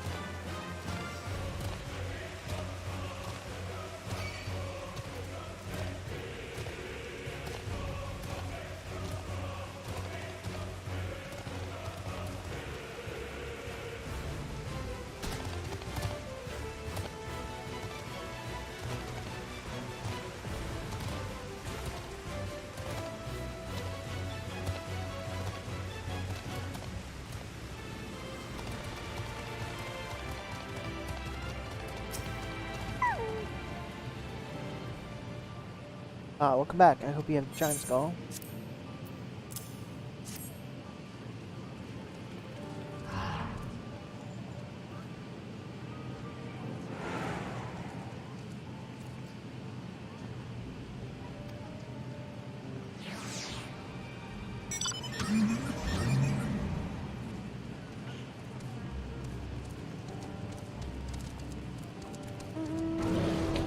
Now we're capable of making our next prototype, one of which we keep passing the most rigorous test. When it's ready, it'll be time for the true test, so please ease while you can.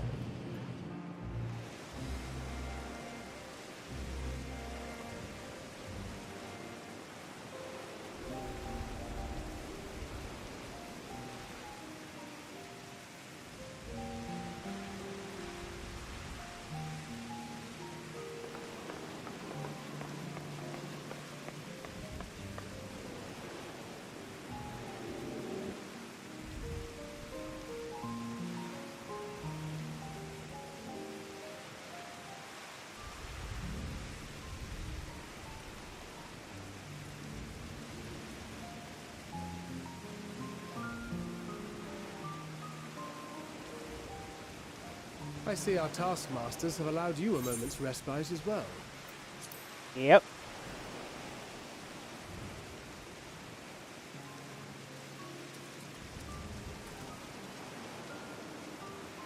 You have to hand it to these alchemists. They are determined to see this endeavor of theirs succeed. I've never been one for blind optimism, but I sincerely get the sense they're close to a breakthrough. They had better be, or all this effort was for naught.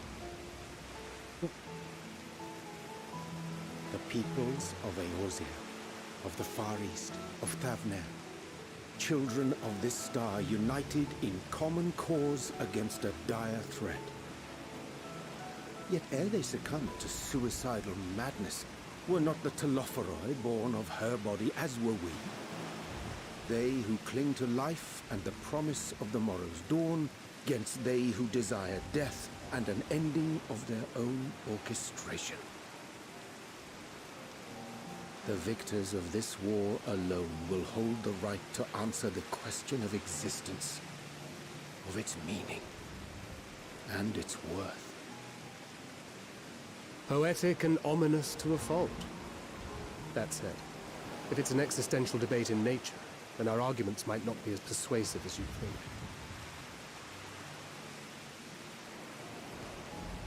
Fandaniel wants to die and take everyone with him in an orgy of pain and suffering. An utterly vile and unforgivable idea. And yet, when spat upon by fate and wailing in the deepest pit of despair, who among us can say they have not entertained similar thoughts? There are nights black as pitch, bereft of hope. No words of comfort can reach you. And it's all you can do to grit your teeth and choke back the bile. The more you see and suffer life's injustices, the more difficult they become to bear. Vengeance is nurtured in similar soil. Though your anger has a broader focus, the sentiment is much the same. A fervent desire to destroy others, to see them drown in torment, as you have.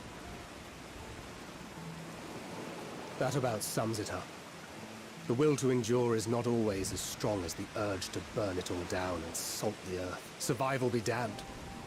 It's a struggle, often close and brutal. Indeed. Well, What was that? I, for one, shall pray survival proveth more appealing in the end. As will I. Besides, our chances are much improved when we've the company of others committed to the cause of life. True. Our vengeful dragoon here is proof of that.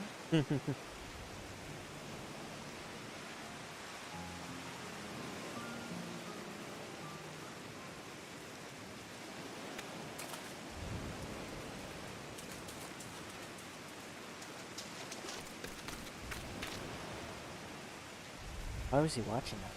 What is it? What did you see? Saw Fandaniel staring at us. Fandaniel, are you sure? If he knows we've been working on a countermeasure. It holds. The vessel holds. This is the one. At long last!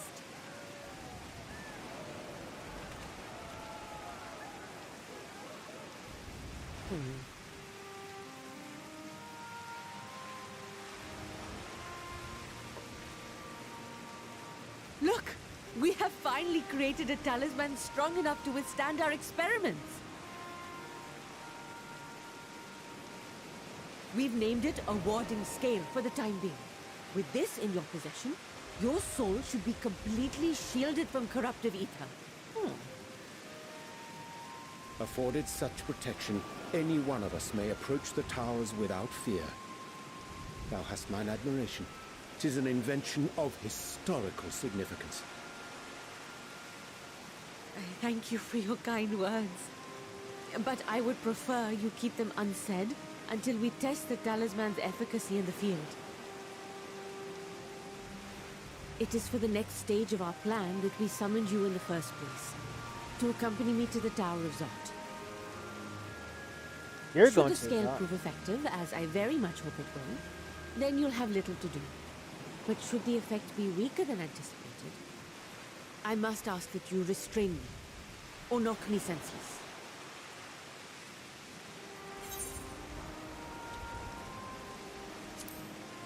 Let's hope it needn't come to that. Either way, we are fortunate to have you with us. Nidana, are you certain you wish to do this?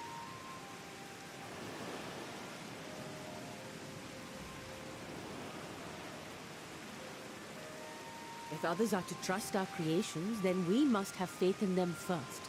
And as the senior researcher, it falls to me to lead by example. But should I fail to return, then learn what you can from this attempt and apply it to the next. Our work must continue. Is that clear?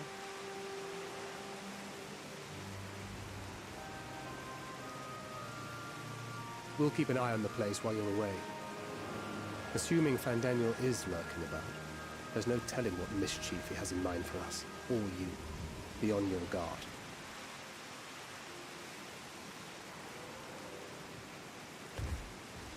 Shall we be on our way?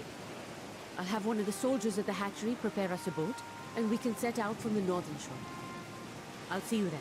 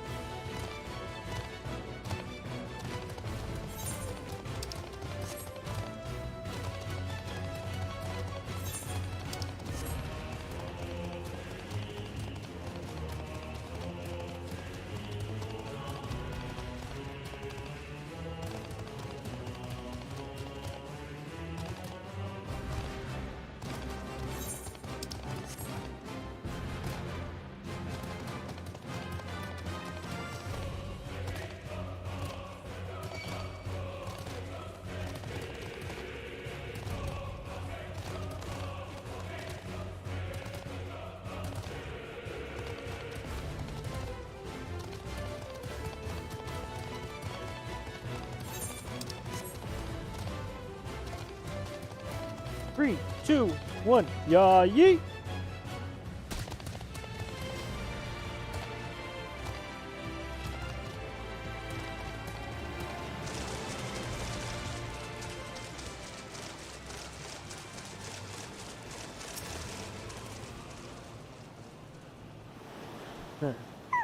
Oh, whoa.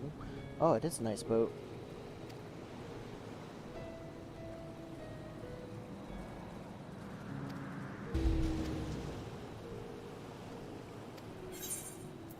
Head to the Tower of Zot. Do do do do do do do do do do do do do do do.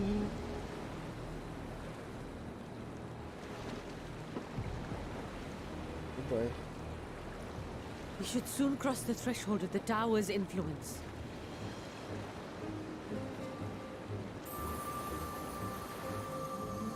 Any moment now.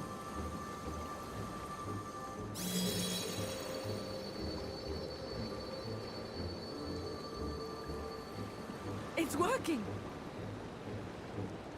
And you are still yourself? I like to Then think I'd so. like to see how it fares closer to the tower if we could.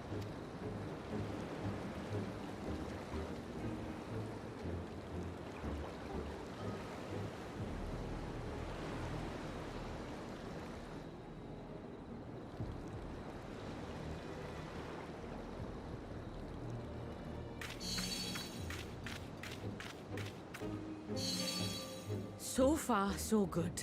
The scale's protection appears to be holding. If we can just make it to the tower's entrance.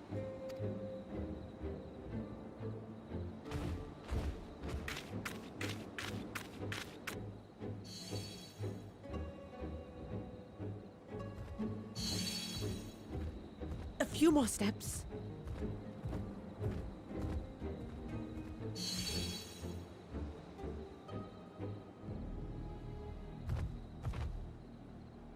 Praise be to the sisters, we made it! And the scale has proven itself to be everything we hoped it would be. Now we can focus on production. Once we've equipped and returned with an entire survey team, this menace will soon give up its secrets. What?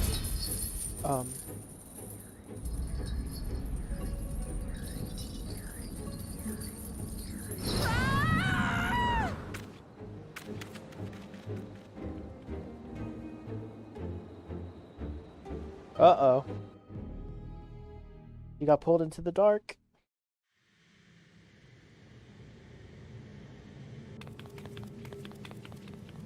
Oh, yikes.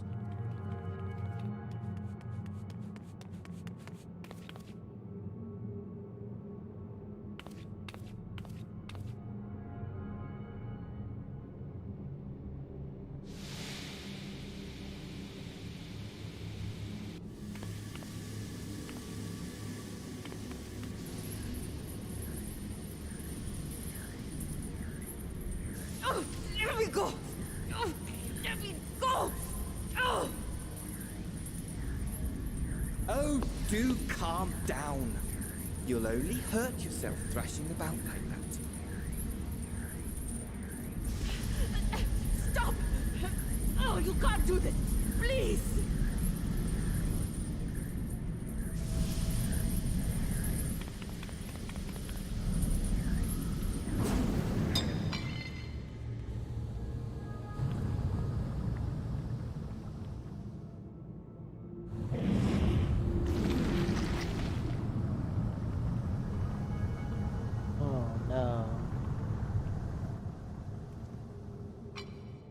A little late for heroics, I'm afraid. The similarities are striking. Similar. My! Such hostility! Never before has my artistry so displeased. My patrons of old would have positively squealed in delight, though, between you and me, I find gushing praise exhausting.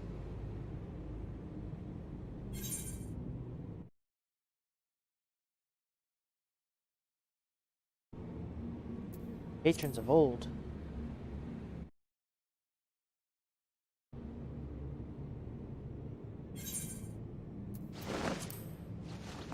Bro.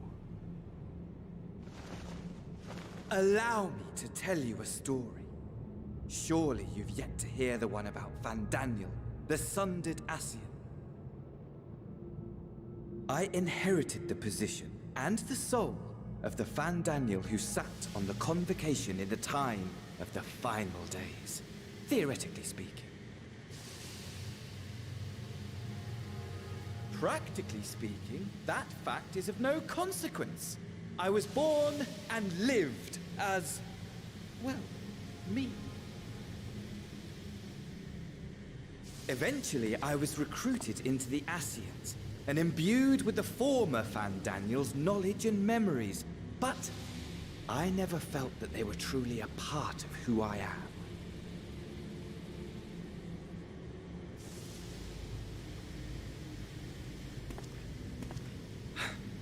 How to explain? Perhaps if I told you who I was before my Ascian embrace, although that chapter too is a past I've long since discarded. I have it on good authority you've poked your nose into an Allegan ruin or two. Yes? Then I expect you've heard of me. The old me. What? At your service.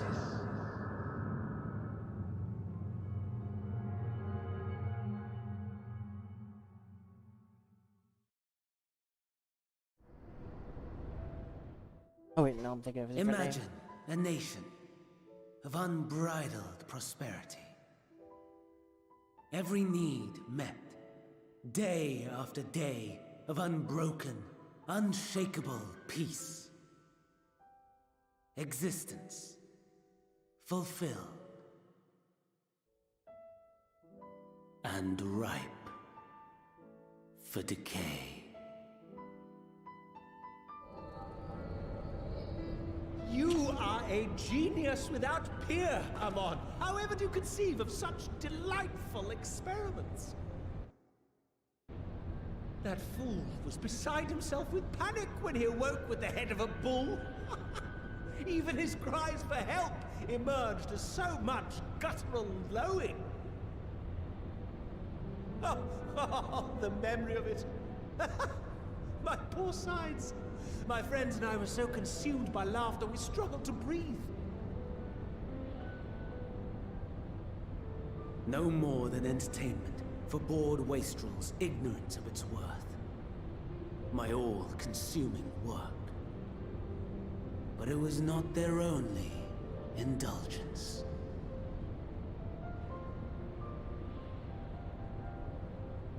For they were ever hungry for stimulation. Slaves to the slightest hint that amusement was afoot. Our nation was ailing, but I would see the poison purged. I resurrected a legend, our first and greatest emperor. Gotcha. Thanks for coming, Gertie. And just Oh, as it's so I hard had to say. planned, he set our wayward empire back on the path of conquest. An inexhaustible ambition carried us onwards, always onwards. Yet, he who delivered to us such glory was not to be satisfied. Heed me, Amon. No matter how vast one's empire, or full one's treasure vault, all is rendered meaningless by death. In the end, all is lost.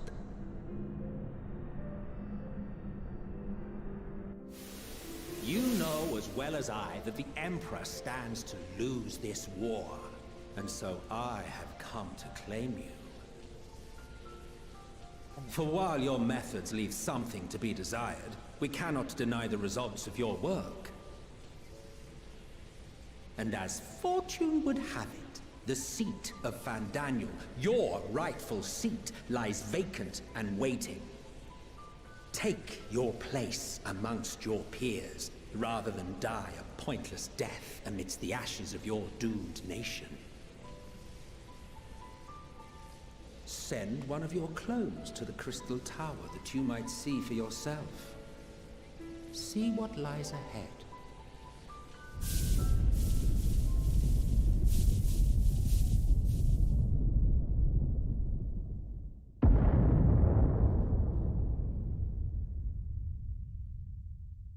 The fall of the Empire affirmed the truth. Majestic and tragic, as the Emperor foresaw. Scheme as you like, build as you will, nothing endures. What is life but a brief jaunt ending in emptiness?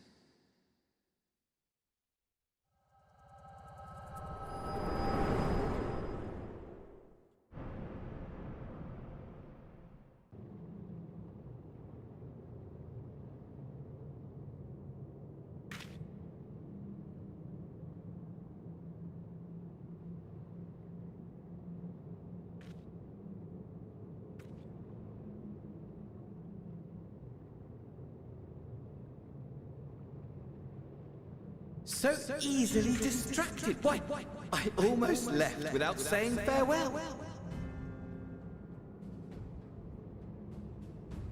As for your friend, you needn't worry. These pawns are far more useful to me alive as fuel for the primals.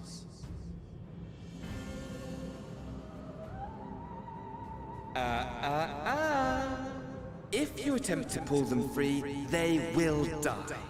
So, enjoy tackling that conundrum with your comrades.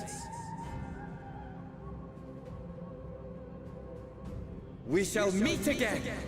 Not in one of these minor spires, oh no, but somewhere more suitably grandiose.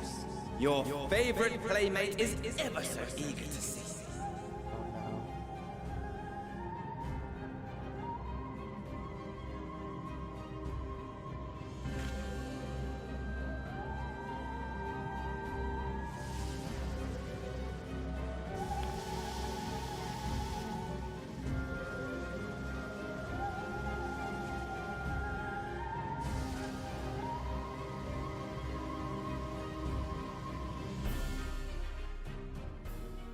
What a shame.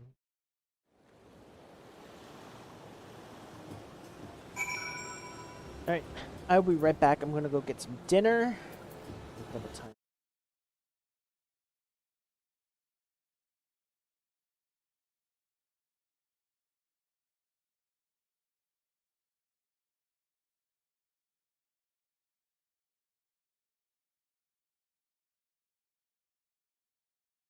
So, let's see.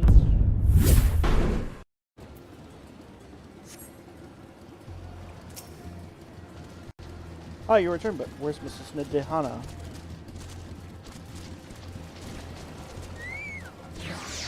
Mensa was preserved.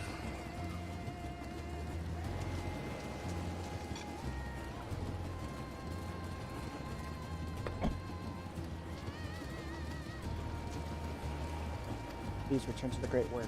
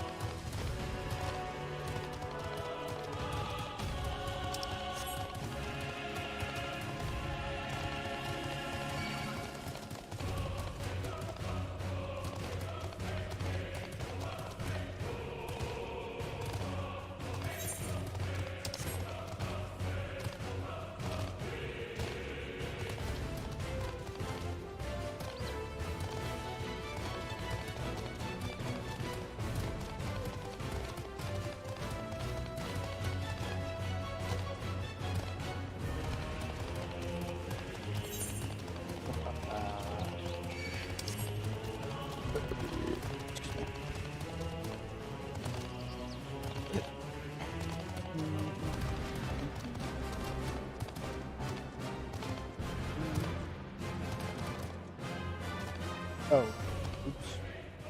Oh, I didn't even pause the recording when I went away. Rip. That's actually going to eat up a good amount of space. Ah!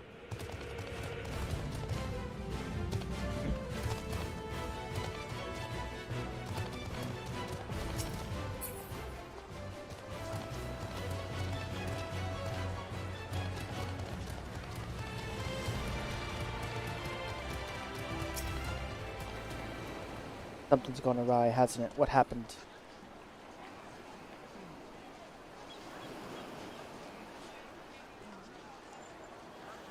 I assume I'm telling him what happened, or else I'm just stuck. Oh, so it was Daniel after all. Damn that bastard. I'm sure you wanted to do more, but you were right to return here first. We must tread carefully lest we endanger Nadehana and the other captives. Thank you for this moment of expression.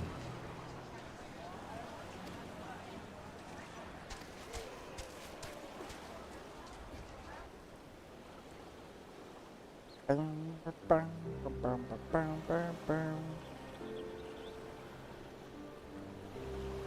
my, what are you doing?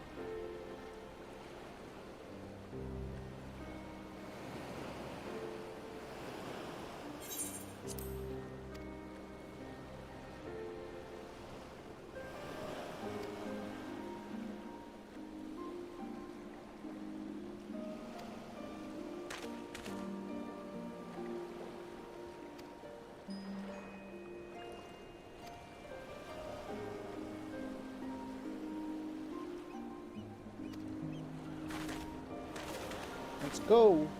Let's go, alchemist.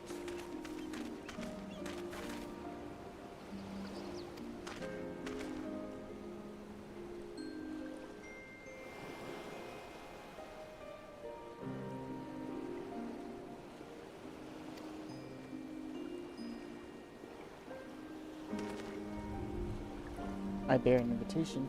In her report, Mistress noted your vital contribution to Osmond's creation. The fact that this fact came to the Satrap's attention and recognized his abilities, he wishes to meet you. In addition to thanking you in person, he would also like to discuss further avenues of collaboration. And so, if it's agreeable, will you not accompany me to Radz-at-Han for the audience with His Excellency?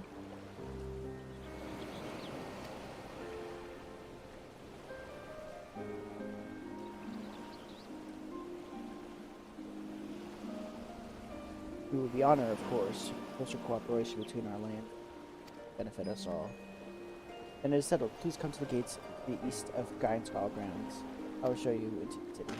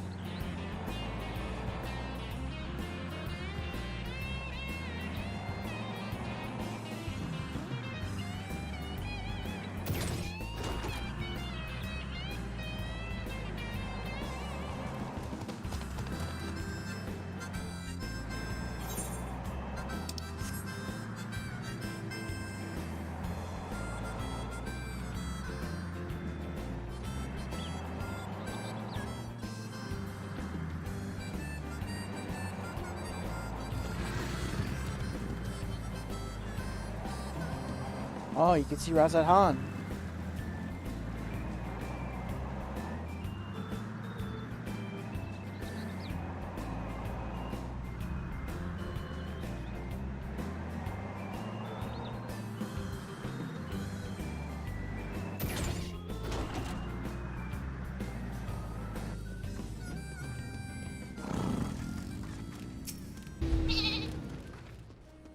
Oh, present was...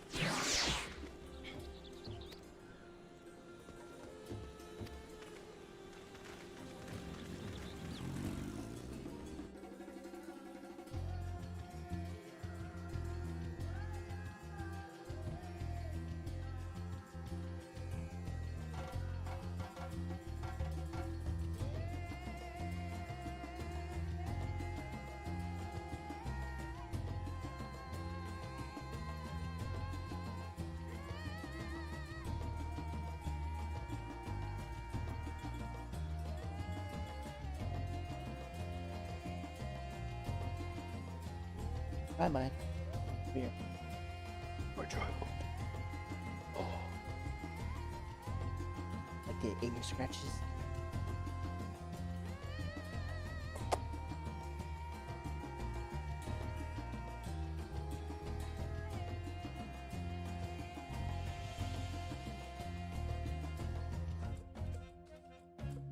think it's a while for us to load.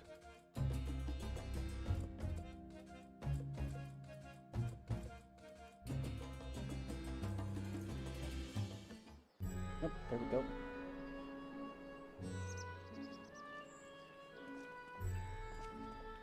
A vast rock squats upon Thavnair, and to its stony surface clings the city of Radz-at-Han.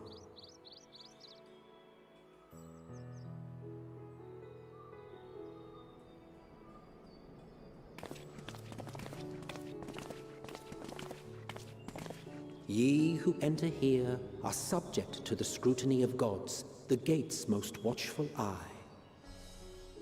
The orb which beholdeth the truth of all things.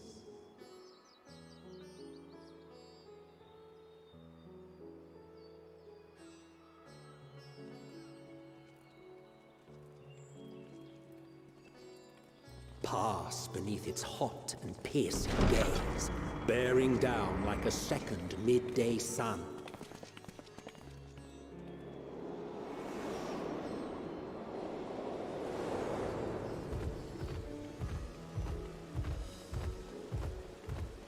The fragrant haze, a mixture of sweet incense and acrid smoke. The cries of merchants mingled here with lively melodies accented by dancers' feet. Travelers seduced by vivid sound and colors were once swallowed up by patchwork streets.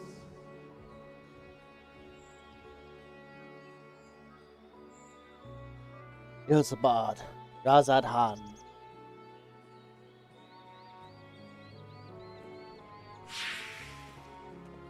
Oh. But no such scenes to savor now. To what somber present does that divine eye bear witness?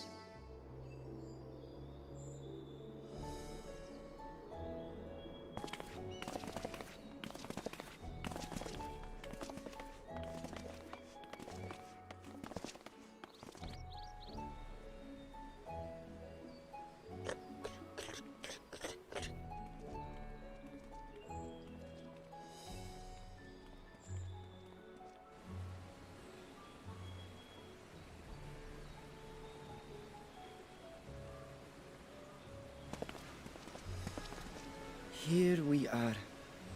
Megaduta.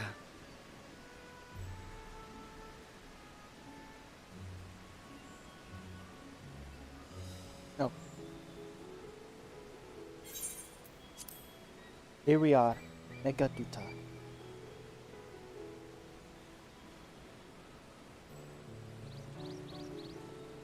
It seems a shame to bring you here directly. Under normal circumstances, it would have been my pleasure to show you the sights. And it would have been our pleasure to see them.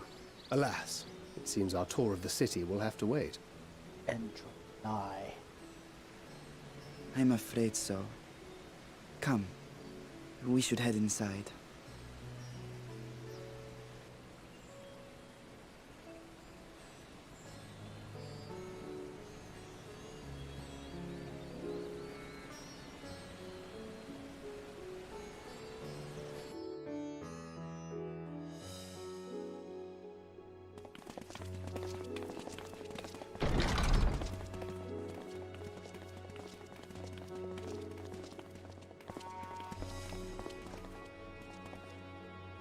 Your Excellency, may I present our honored visitors? Ah, splendid. Most splendid. Allow me to introduce myself. I am Ahawan, Satrap of Radz-at-Han.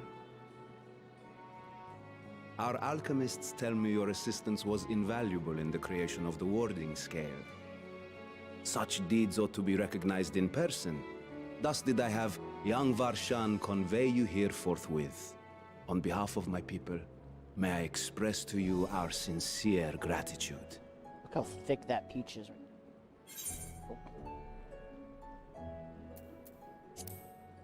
But Nidhana, he was taken. A regrettable incident indeed. Her colleagues insist that we honor her wishes and trust in the talisman. that it will be instrumental in saving Nidana and the others. I am eager to hear your opinion on the matter, so let us not stand on ceremony. Come, sit. I think not.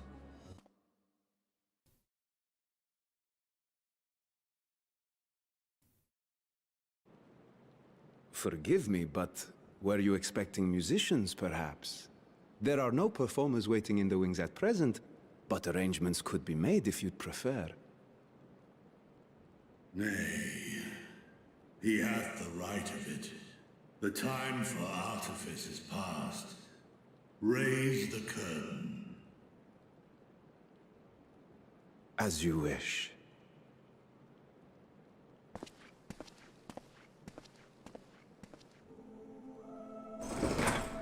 You travel as assistants to the students of Valdesian, but you are known to me.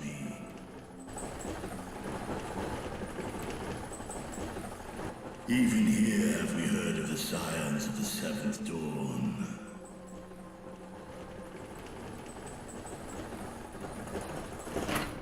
I am Vritra, and for years uncounted hath this isle served as mine abode. Vritra, of the First Brood, sibling to Hraesvelga and Nidhogg. Aye, mine elder brothers, of Midgard's spawn, I was last to hatch. Well, isn't this a surprise? We were told Radz-at-Han had an alliance with the dragon. Not that a great worm sat in the Satrap's own hall. A necessary subterfuge, as the true tale of our nation history illustrates most effectively. In the beginning, the rock upon which our city is built was home to Vitra, and Vitra alone. In time, the ancestors of the Matanga came to the island and established a foothold. But never did they dare disturb the worm's lair. Next to arrive were the Aura. Adopting the example of their Akasodra allies, they too treated Vitra with reverence and respect. And for many years, an understanding between our forefathers and the Great Worm endured. Be right back.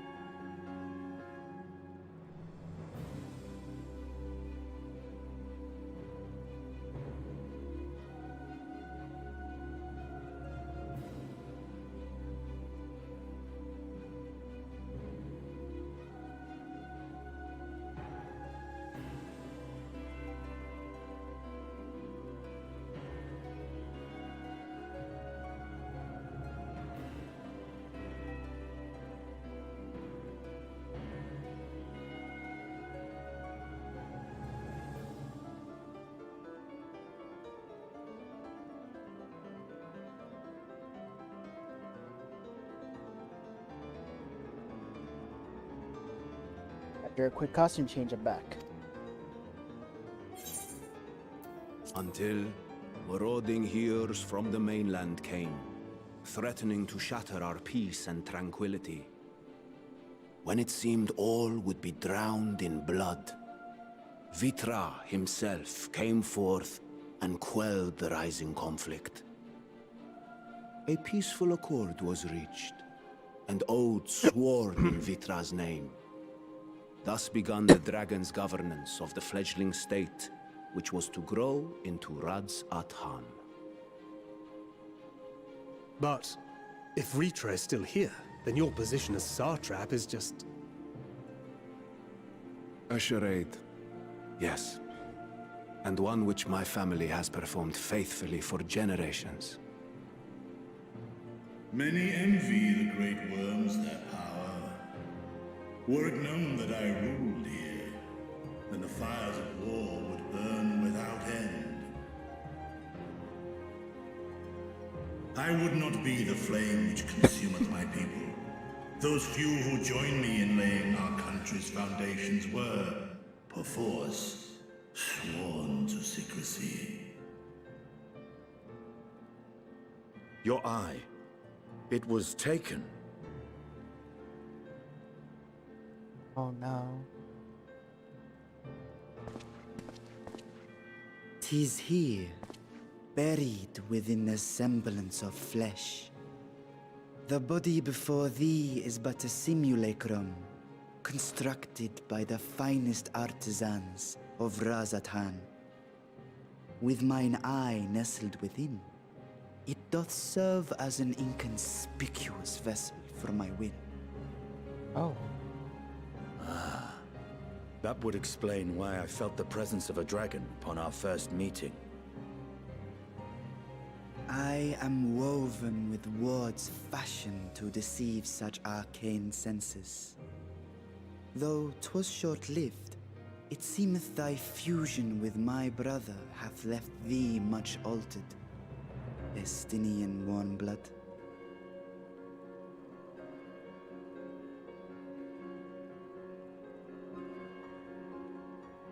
From the very first, we sensed the nature of one another. Yet did neither one of us bare his fangs. That is all I need know of thee for now.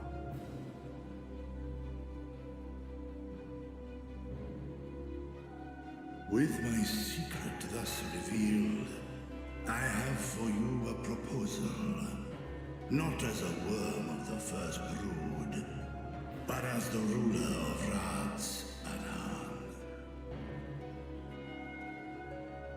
With all haste must we take in hand the finished talismans and breach this foul spire.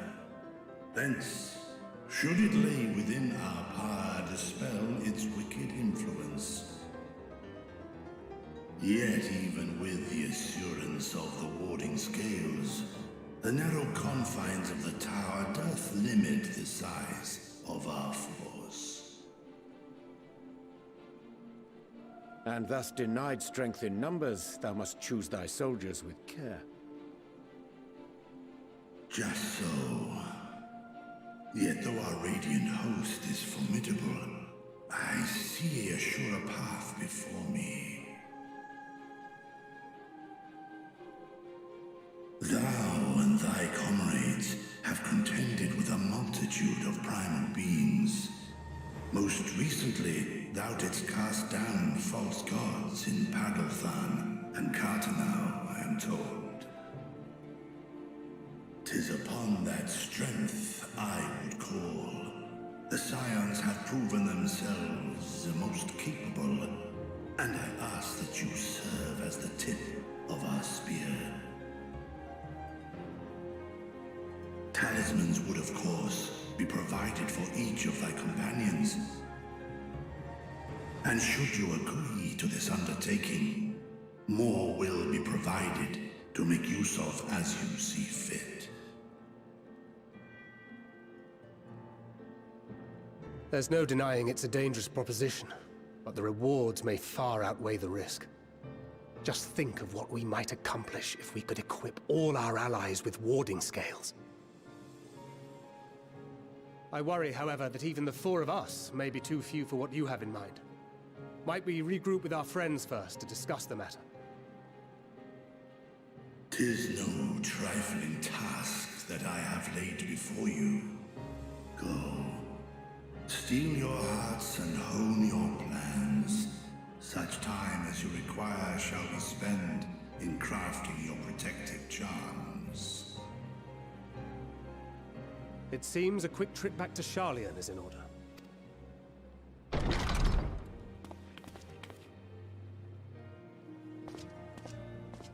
Wilt thou not lend thine aid?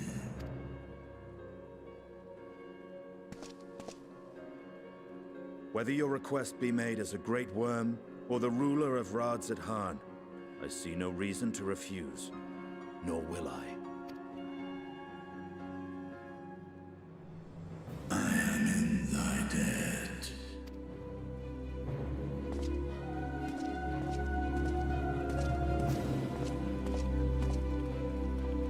Back to Sharlayan.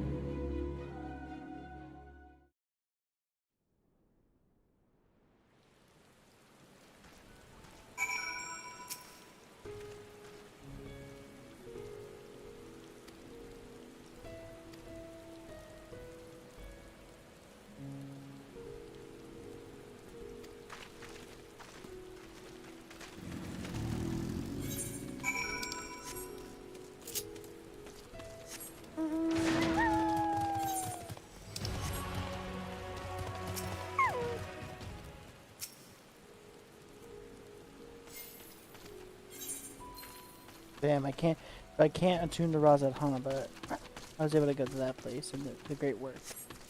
Alright.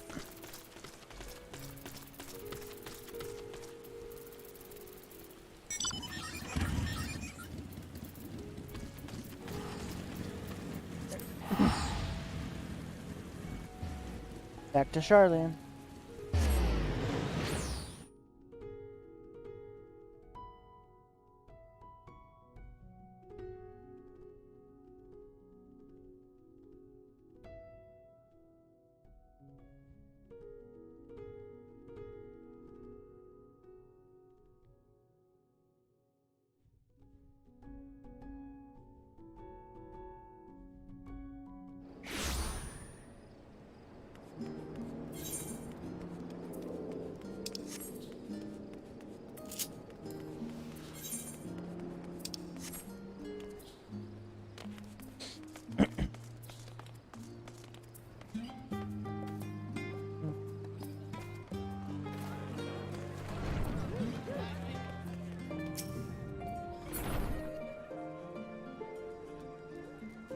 Let me in! Let me in!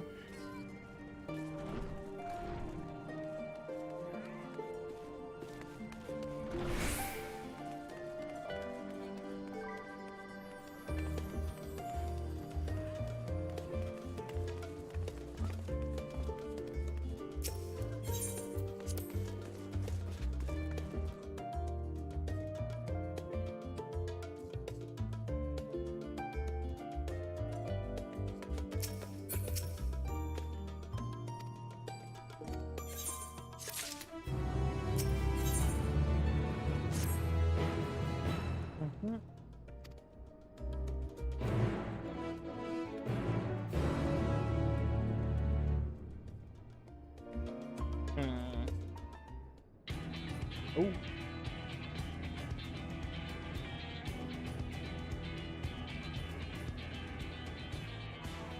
Your time in Thavnair has certainly been eventful. In my opinion, carrying out Vitra's request and assaulting the Tower of Zot should be our highest priority.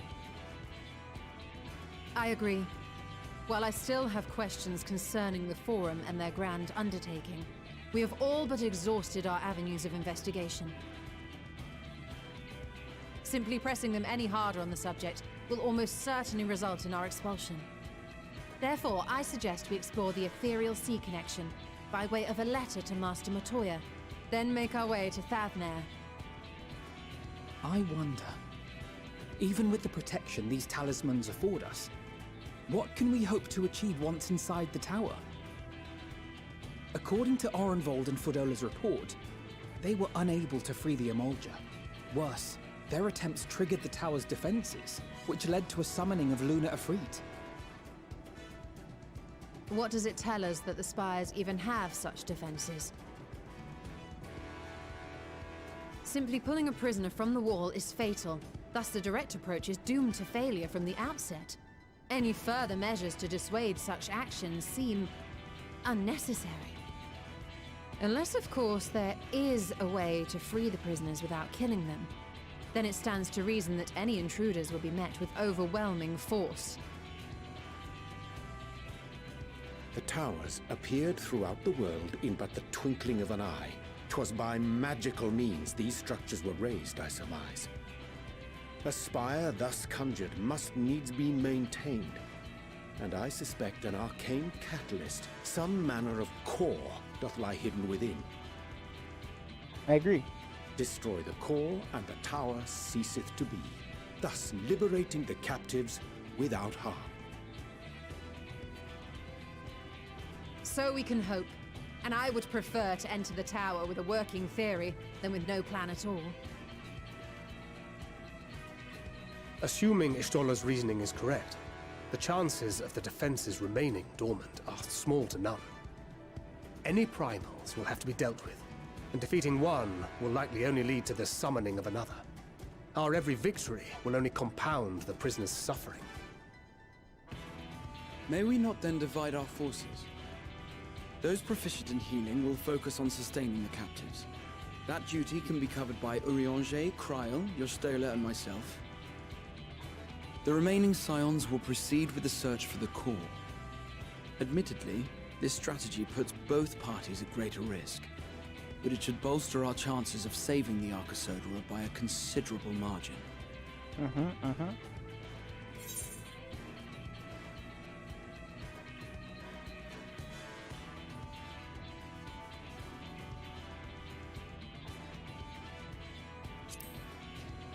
Are you sure Alpha Node's in the right group? If you're to fight primals, then you'd best have at least one healer with you. And I am more than happy to fulfill that role. I found wielding a sage's armament to be rather intuitive, and look forward to testing them against a more challenging foe. It seems we have a plan. All that remains is to carry it out. I will inform Radz-at-Han of our movements, so let us make our preparations and regroup near the tower. The military post in what's left of the Hamsa hatchery should serve as a convenient staging point. That sounds perfect. And remember, the experimental aetheryte at the confluence is there for those who need it, so there's no excuse for being late.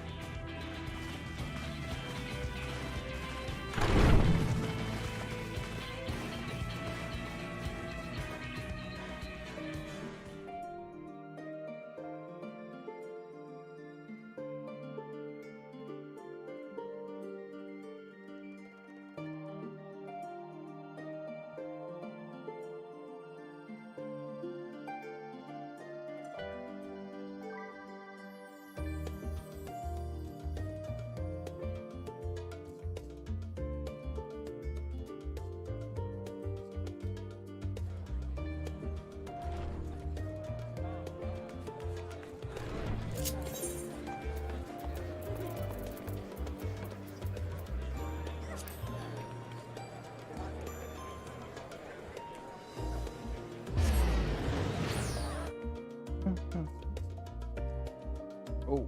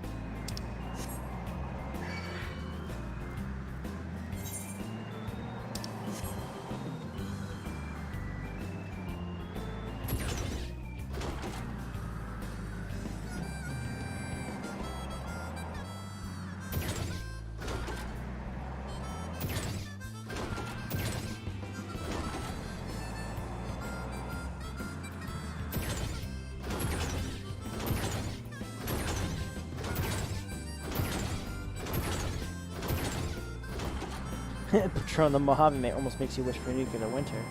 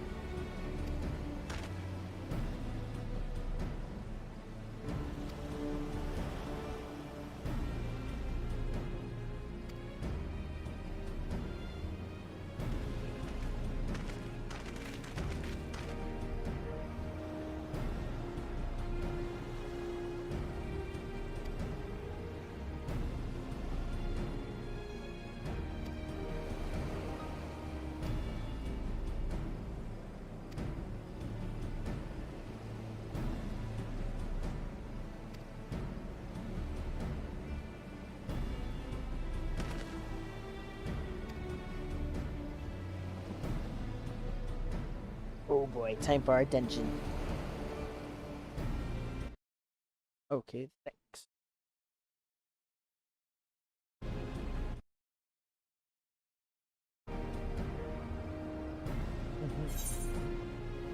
I've been waiting for this day.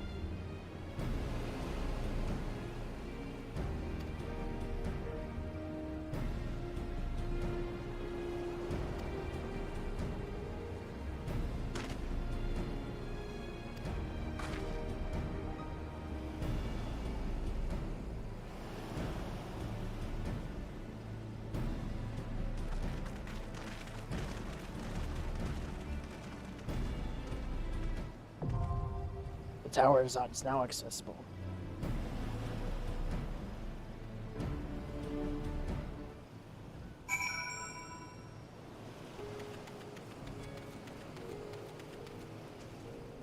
Let me see how long the queues are if I were to hop in there. Average wait time 11 minutes. Looks like we're going in with a trust.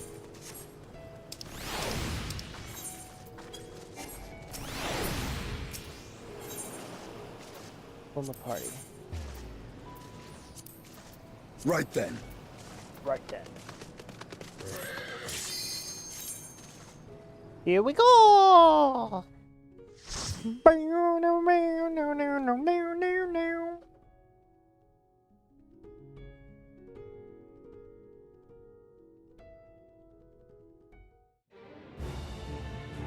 Yikes. Tower of Zot. Ooh.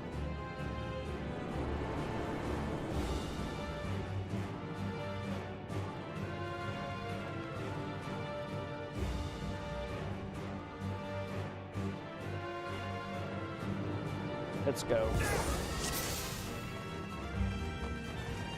Please, let us proceed with caution.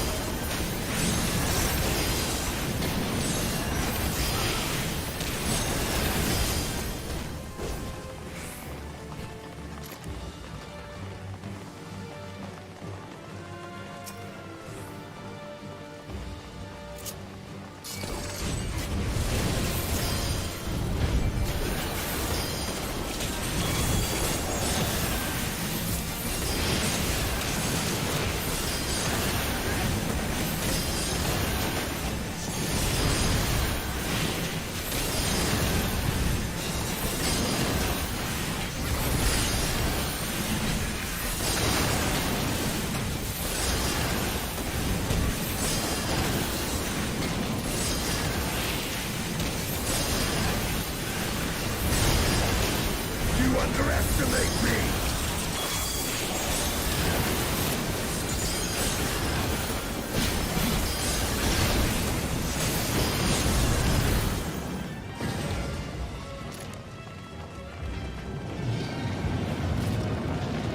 Something has begun.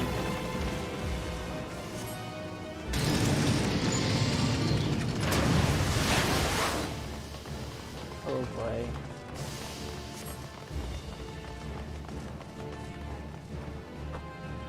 Oh. Good luck, guys. Onward and upward.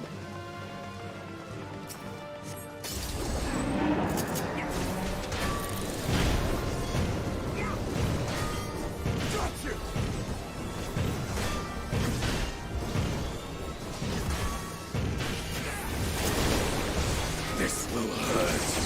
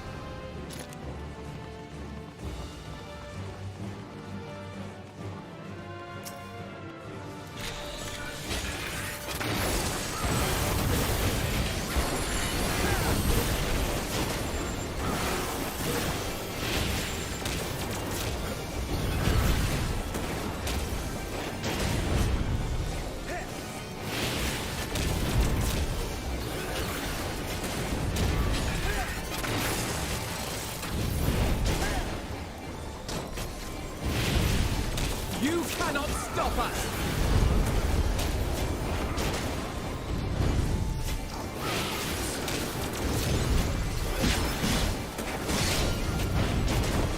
You're mine!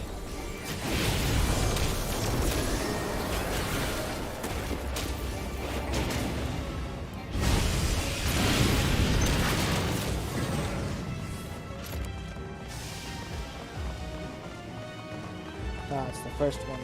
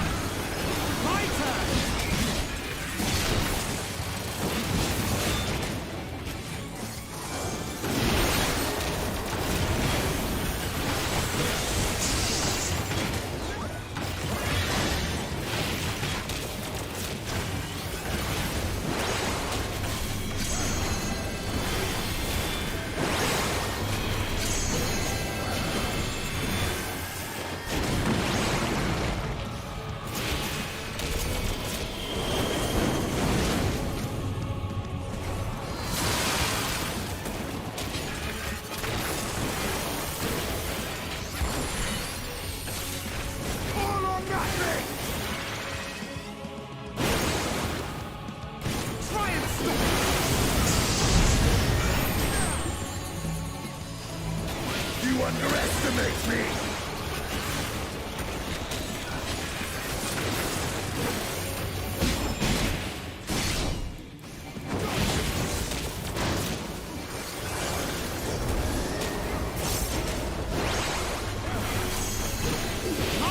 This will hurt!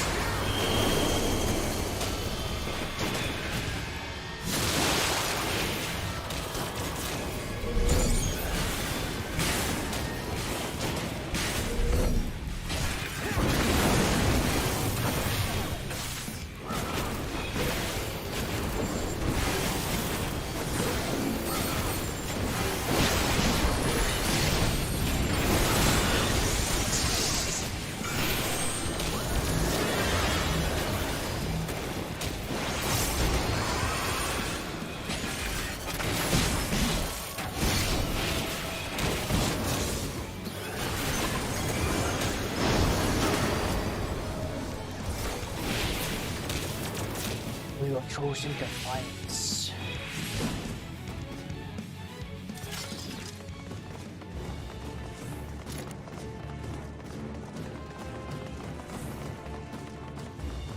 Let's go.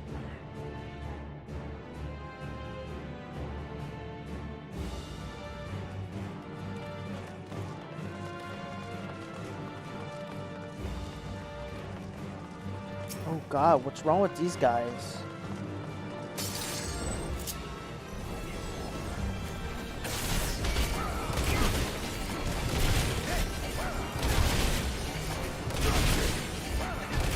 You're mine!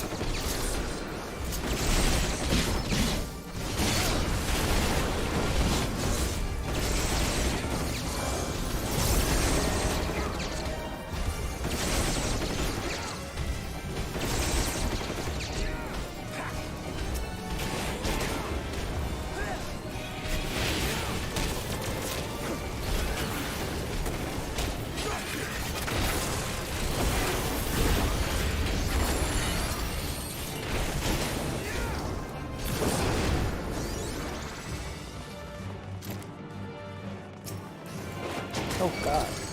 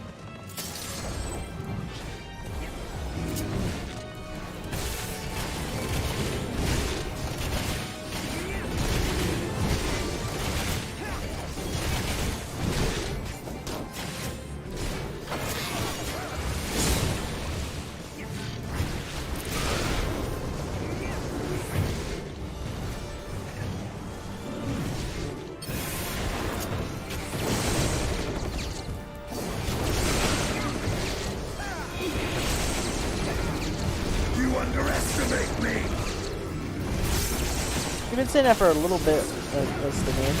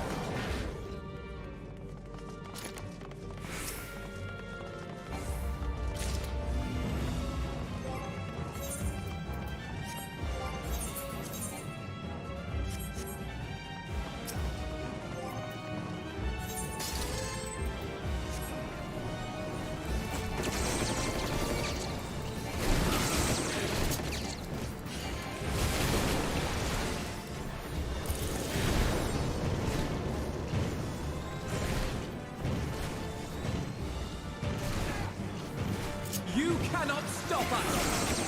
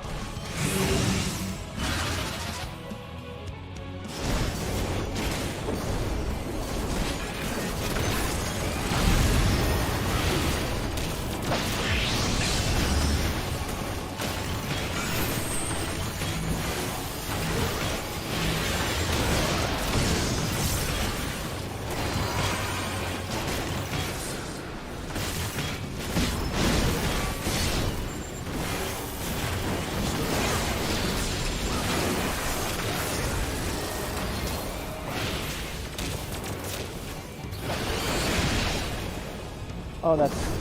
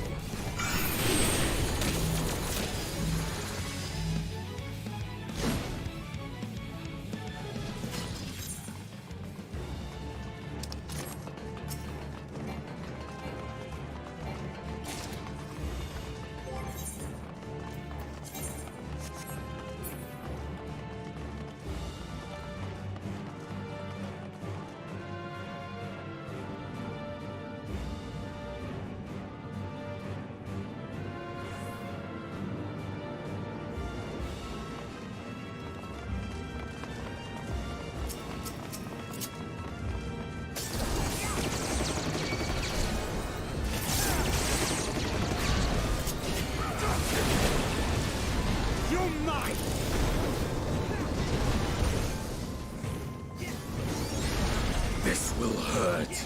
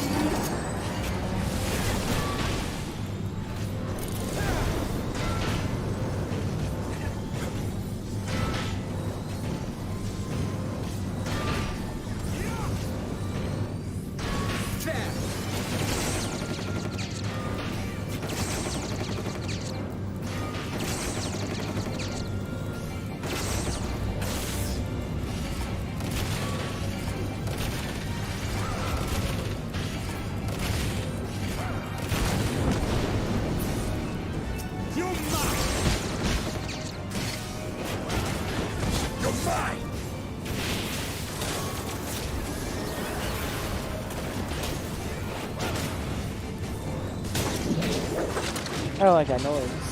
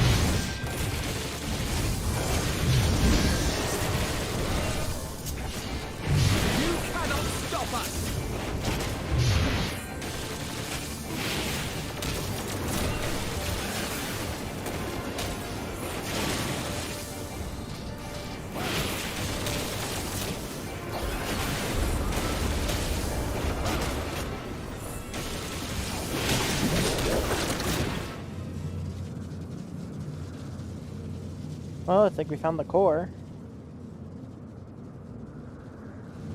And the final sister. No matter the cost, we must protect the tower.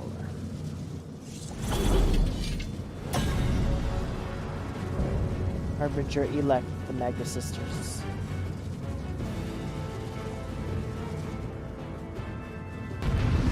Oh boy.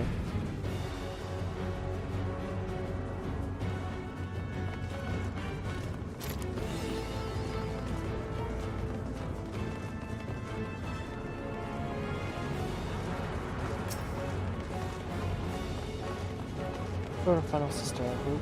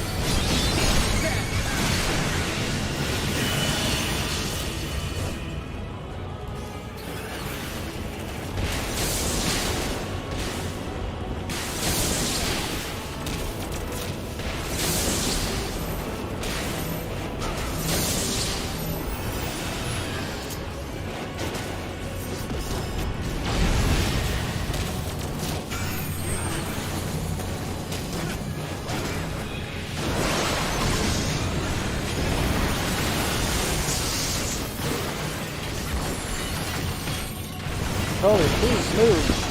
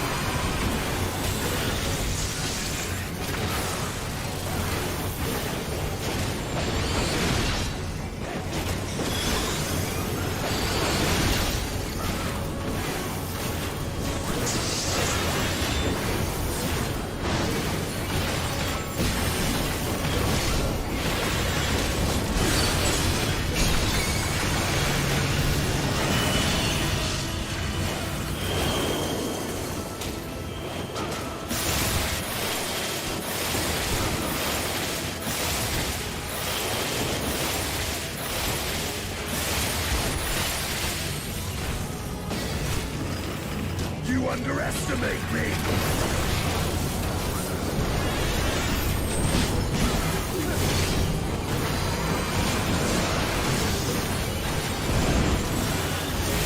You underestimate me!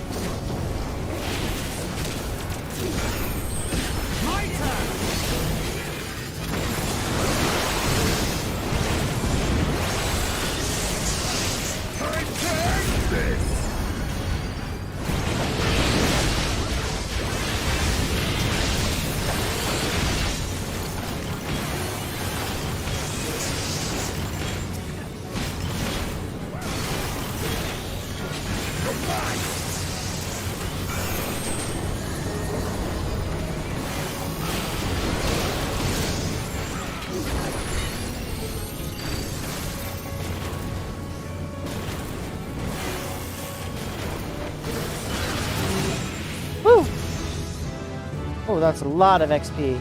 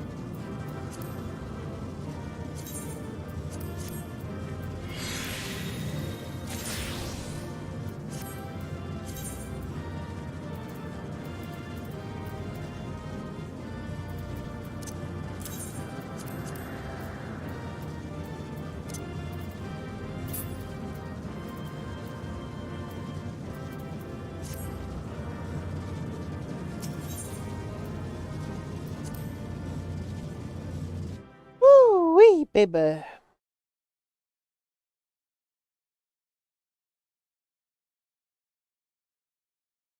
I think at the conclusion of this, real quick, I am going to pause the recording, edit the video,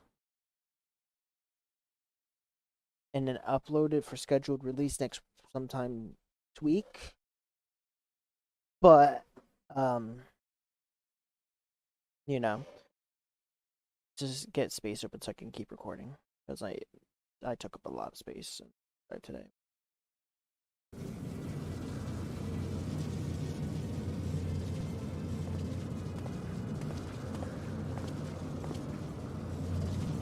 Is everyone all right?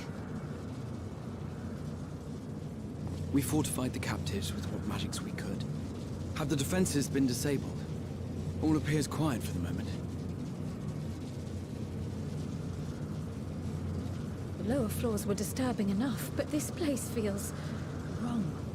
The ether is heavy and thick, like wading through a quagmire.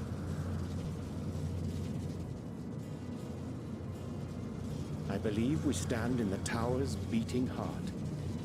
What sayest thou, Stola? I see it. Ether siphoned from the land runs up through the spire, flowing to a single point. This is the core we seek. Yet something is off. As large as this structure is, it siphons far more ether than is required to sustain it. 'Tis as if the core is feeding on the energy, consuming it. I need to take a closer look.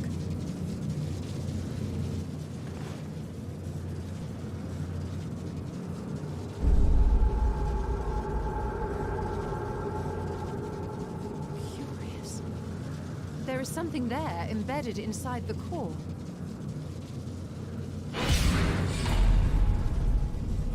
A man's limb. This is what we came to destroy? Yes, if you would be so kind. Man's limb.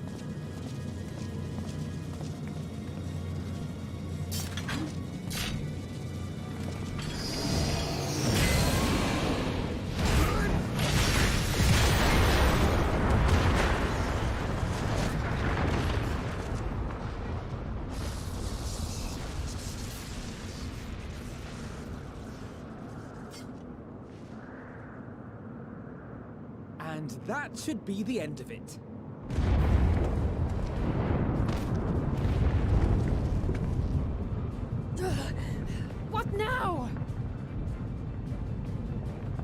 My theory that the tower might come crashing down following the core's destruction doth appear to be correct. Bully for you! And how are we supposed to survive the fall?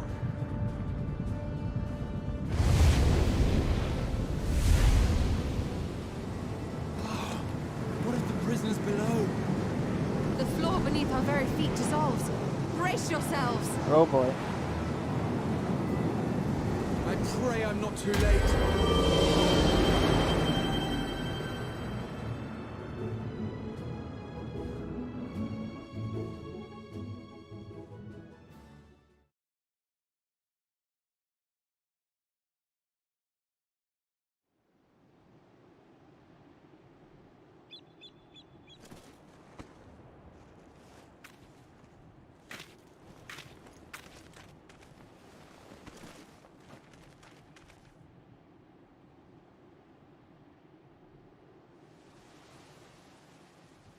Oh, what happened?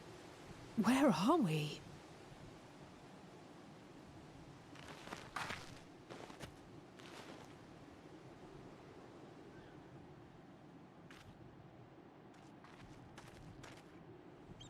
By my reckoning, we're still on the island where the tower stood. But 'tis as if it never existed. Hardly a scratch. But how?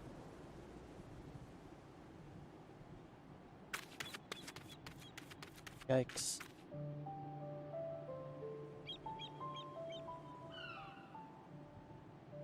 That must have taken a lot of aether. Raha wove a levitation spell at the last moment.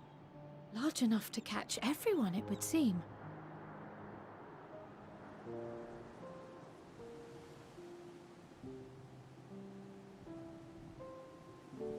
That explains the lack of obvious injuries.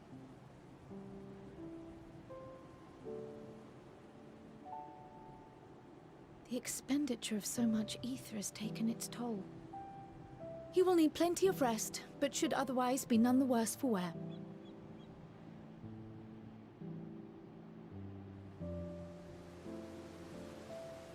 Then the immediate problem is what to do with our new friends here. They'll be much changed for their time in the tower.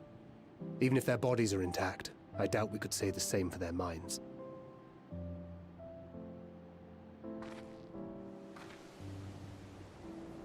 Angelo and I will take care of that. I have every faith in you, Alize, but there are just too many for you to treat alone.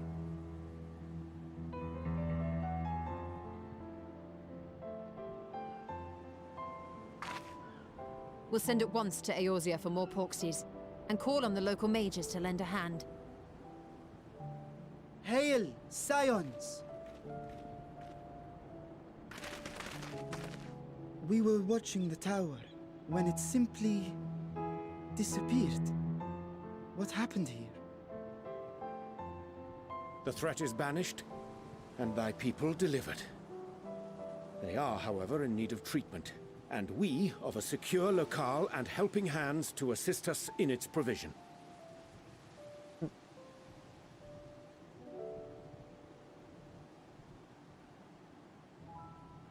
You shall have all this and more. Come, let us convey these unfortunate souls to the city.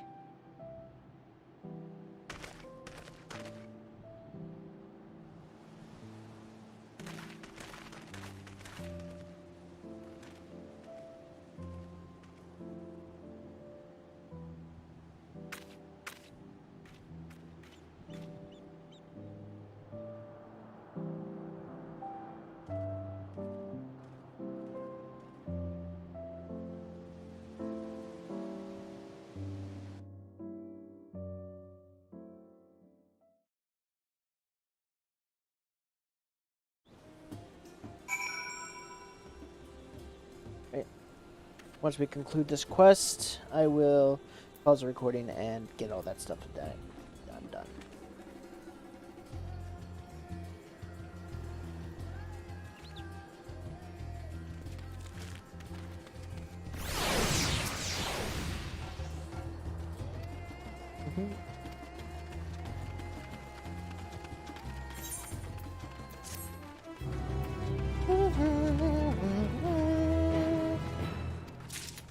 Nice. Alright, so let's get this recording.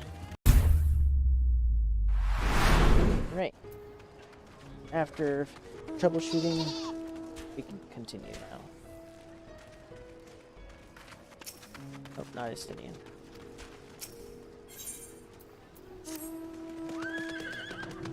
Enough rest, have you? You were never one to be idle. Right. Farsham bade us to come to make God their least convenience, and will join us there once we finish tending to it.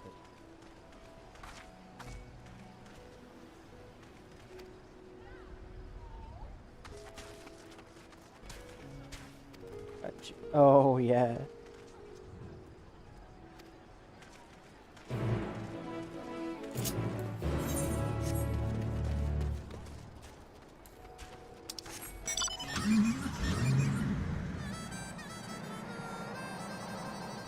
Let's go.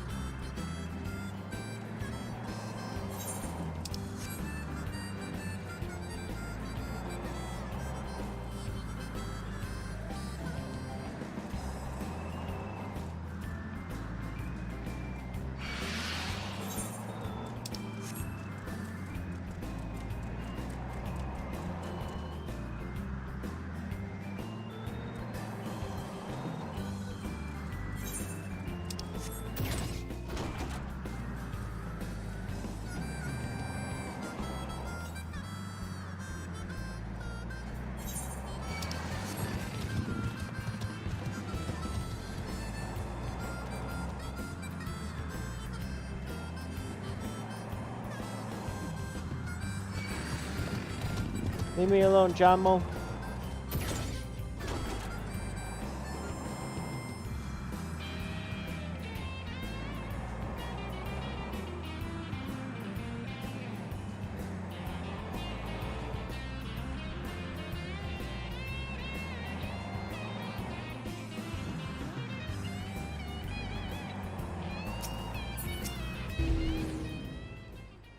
Iron Scions, you are free to enter at your leisure. As I cannot leave my post, I'm afraid you must make your own way. Should you require directions to the city, a sentry station at the fountain up top will be able to assist you.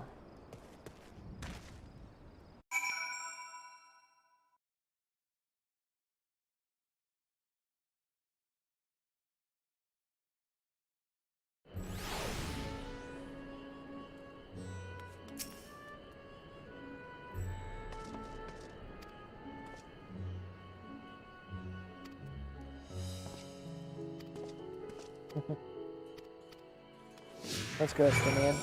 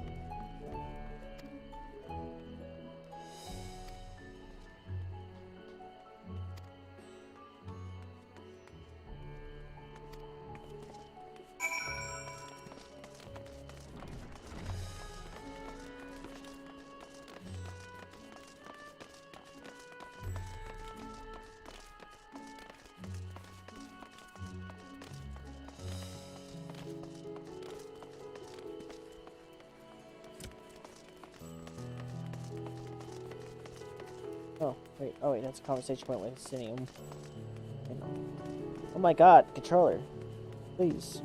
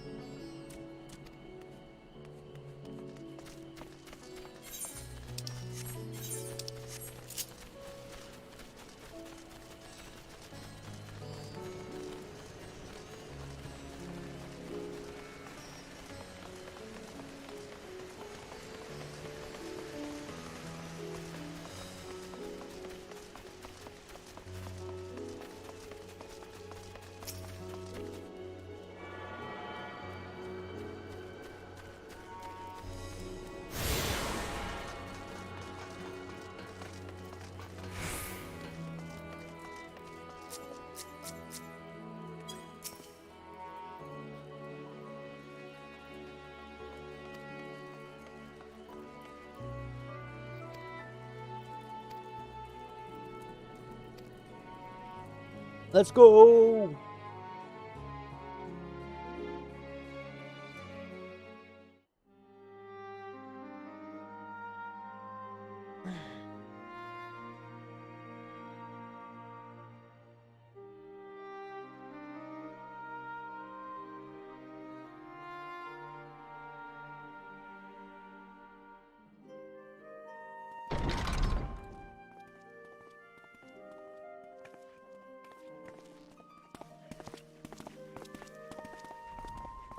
There they are. Are we the last to arrive? I hope we've not kept you waiting. Not at all. Your comrade is feeling better, I trust. Much better, thank you. Harness remedies are certainly potent, in more ways than one. One becomes accustomed to the taste, although I hope you never have cause to do so. Pray, take your ease.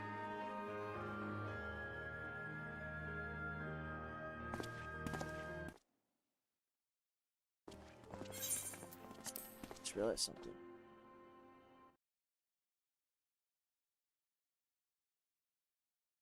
Okay, that's what happened.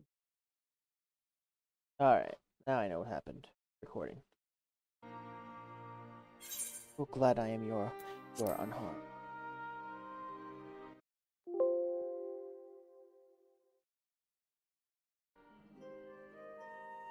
Valiant scions, for your heroism, you have my boundless gratitude. You cast down that dire tower and set free its hapless captives. You cleanse their souls of its corrupting influence. Yeah, we're pretty good. No words of thanks will suffice.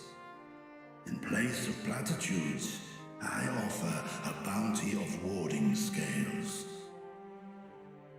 Pray accept your due reward, along with the goodwill of Radz-at-Han. Alchemists throughout the land were put to work in the forging of your talismans. The finished ones have been collected, and now await you at the High Crucible of Alchemia. Ooh! Present this letter when you are ready to take them into your possession.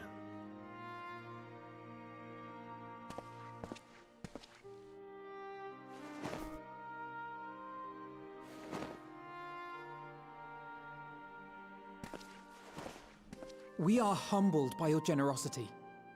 Know that the inventive wisdom of Radz-at-Han will be vital in restoring serenity to our star. Every single one of those scales came from you, didn't they? You must still be in such pain. Oh. 'Tis of no moment. A mere annoyance compared to the dreadful suffering inflicted upon this land and its people.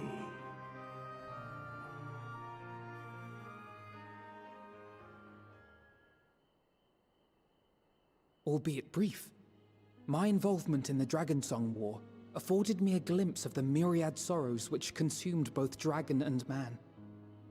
Though you were half a world away, such tragedies as befell your kin must have affected you deeply. And yet, you chose to live among men.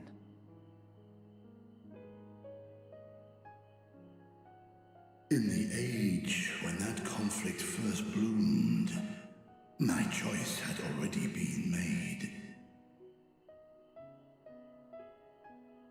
In some distant place, man slew dragon, and dragon slaughtered man. Yet no hate could I muster for those smiling faces which did look to me for guidance. Not even my brother's righteous rage could rally me to his cause. I huddled here, secret and still, hoping against hope that which I had built would remain untouched by the chaos and carnage.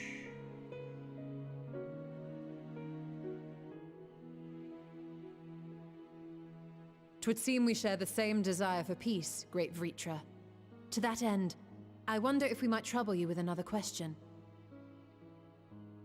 The Telophoroi are intent on recreating the final days, an apocalyptic event which we know to predate the sundering of the star.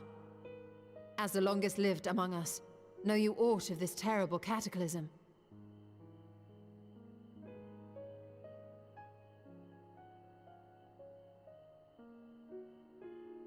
Nay.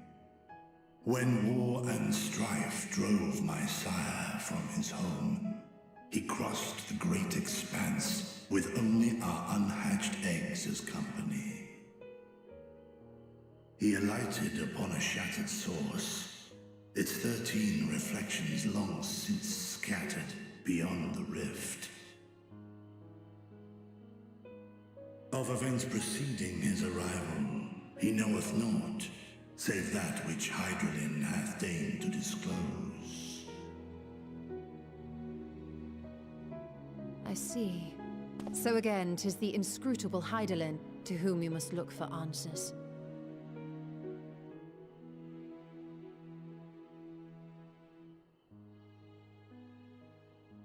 Seek you to divine the will of this star?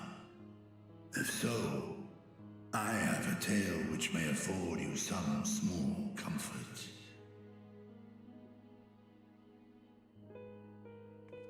'Tis a story from my youth, many, many years ago. To my sire, I once posed the question, of all the stars in the sky, why didst thou settle upon this one? To which Midgardsormr did reply, 'twas the last bastion of hope. He believed so long as Hydralin endured, so too might dragonkind. Solemn and portentous were his words. What deeper meaning they held, I could not, dared not pursue. 'Tis a stone I've left unturned ever since. Yet take you solace in the knowledge that whatsoever Hydralin does strive towards, 'tis an ideal which hath earned my sire's conviction.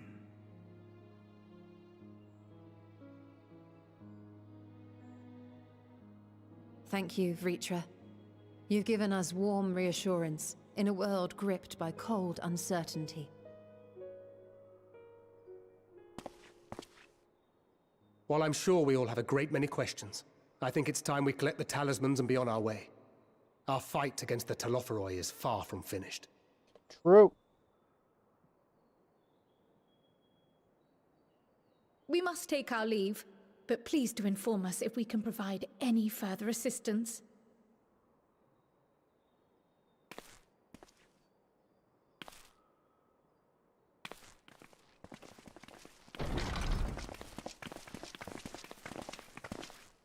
Prithee, a moment.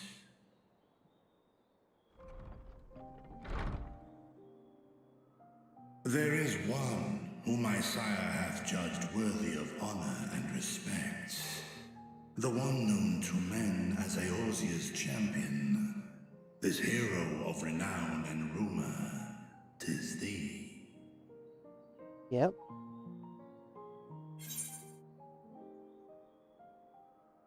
I only wish you could be here with us now.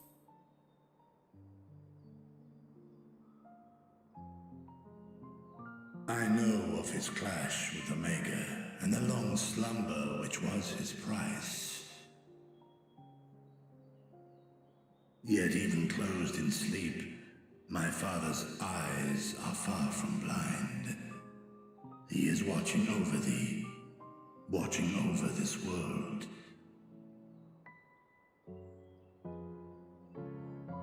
'Twas a revelation most pleasing that thou, a child of man, had gained Midgardsormr's trust.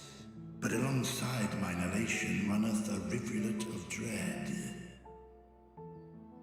For upon thy life's reel wind too many threads of fate, power, wheel enmeshed with woe. Amidst this tangled knot thou shalt know no rest. 'Tis an endless confluence of forces, a struggle without surcease.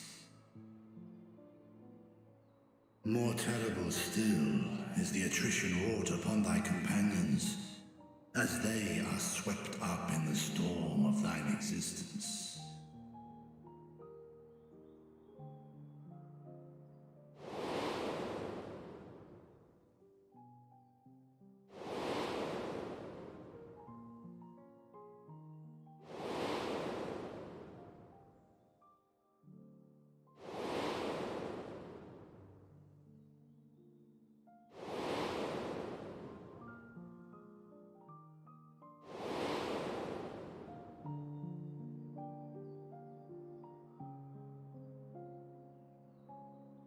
Take heart and protect them well. They will be your strength and your salvation. The hope thou wilt need come the end. Even cowering behind my curtain, I know the suffering of the powerful. I have watched my siblings driven mad by loss. Thus, do I exhort thee to spare no effort to keep thy loved ones safe. Damn right, I'm gonna try.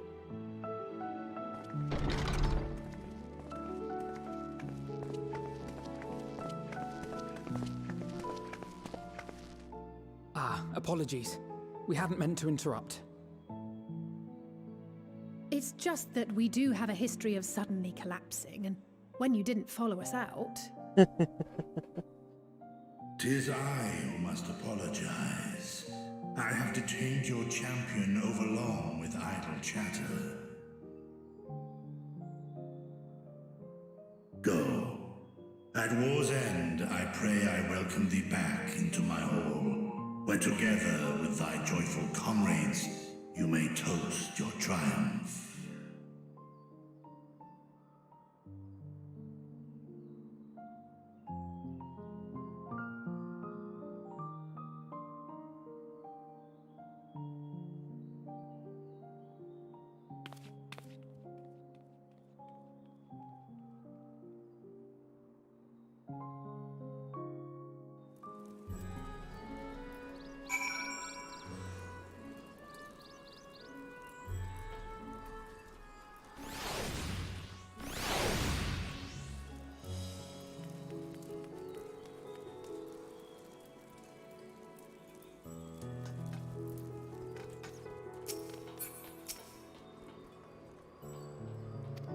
So what was we talking about? Nothing? Very well, if you say so. The others have gone ahead to the High Crucible. Let's catch up with them.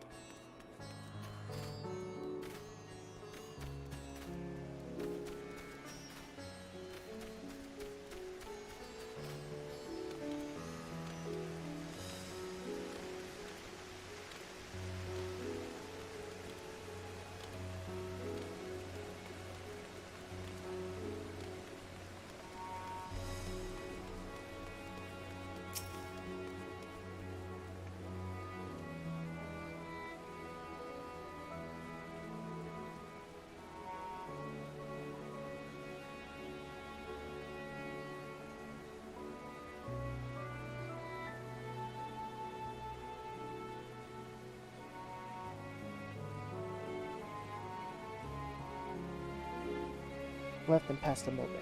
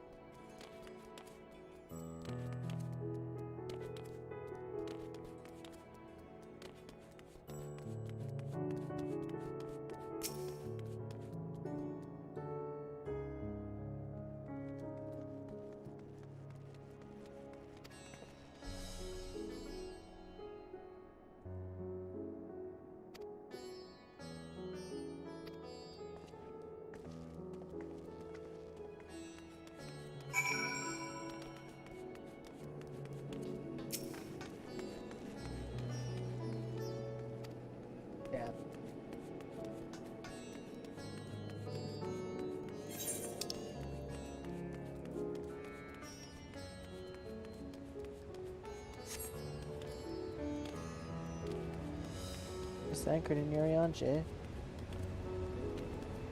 Oh.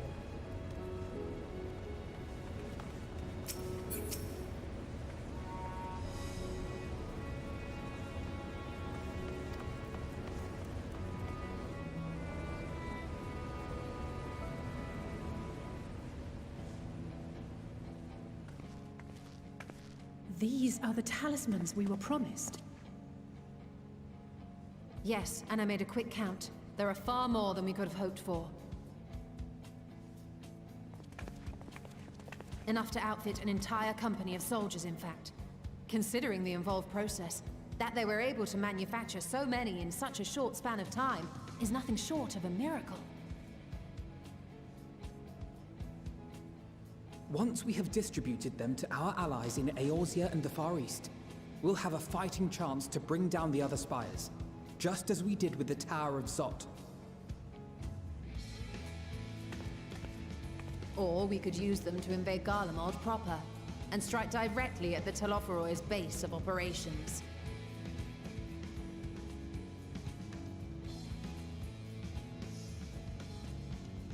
Of course, we would need to consult with various Alliance leaders before such a drastic measure could even be contemplated.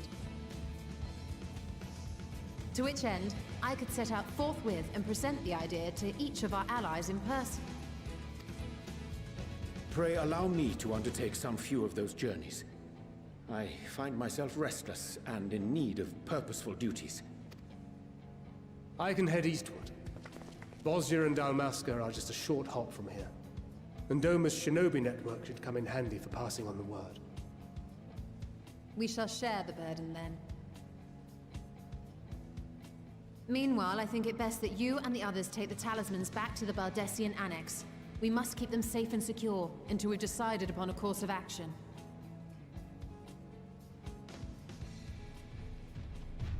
Please, I must speak with you.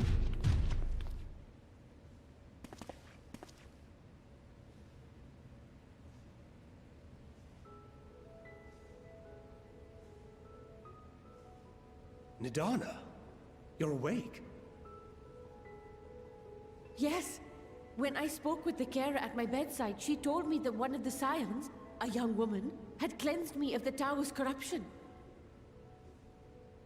It seems I'd been asleep ever since the treatment. But when I awoke and learned you were all still here, I knew I had to come.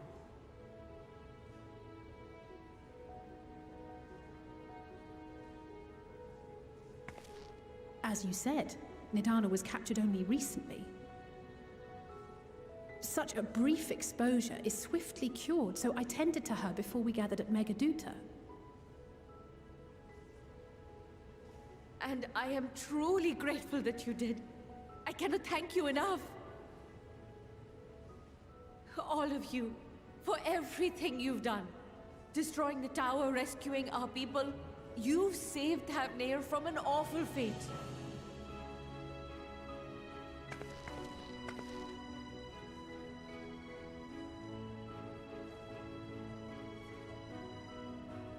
Yet who hath truly saved whom? Due in no small part to thine inspirational courage, the alchemists were successful in reproducing warding scales of proven efficacy. Replications of thy work now stand ready to travel across the seas, unto the hands of those who might wield them against this rising evil. The talisman? Is this true?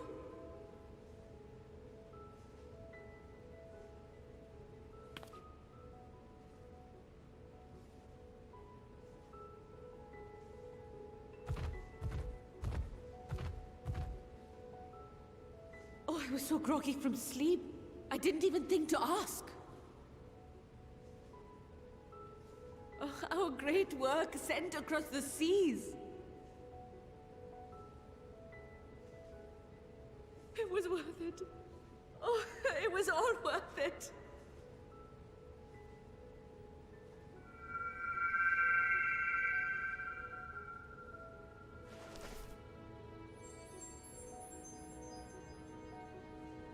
Look at that. Its color is completely changed.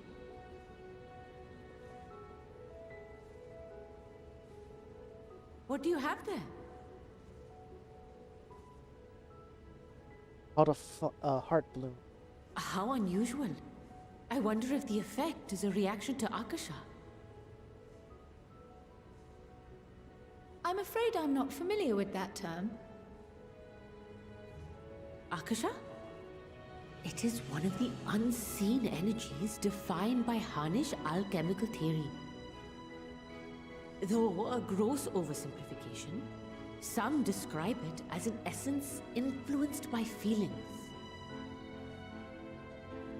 You imply that it is distinct from ether? Foreign scholars often conflate the two, but we see them as separate concepts. Ether is an energy which permeates the land. It exists within animals, objects, even the air we breathe, affecting all through which it flows.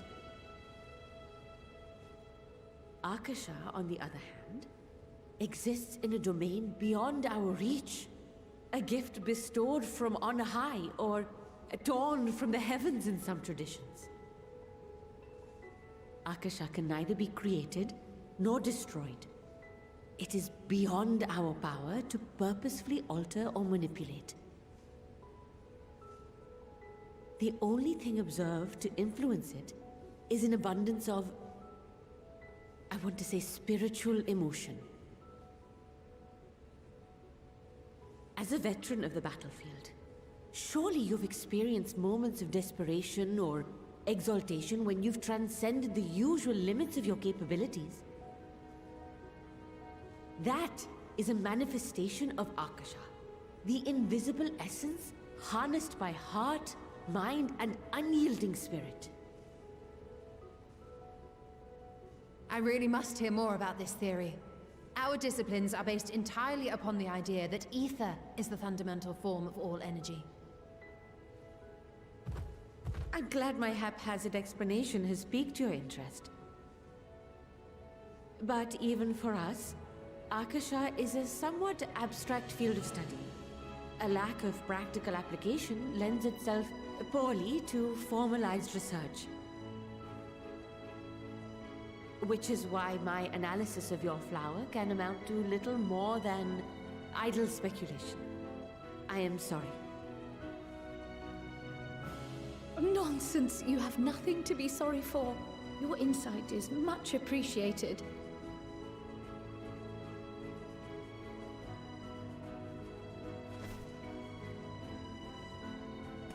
Shall we depart for Sharlayan then? I will see to it that the talismans arrive at the Annex. And we will be in touch once our talks are concluded. I suggest you rest while you can. From here onward, sleep is bound to be in short supply.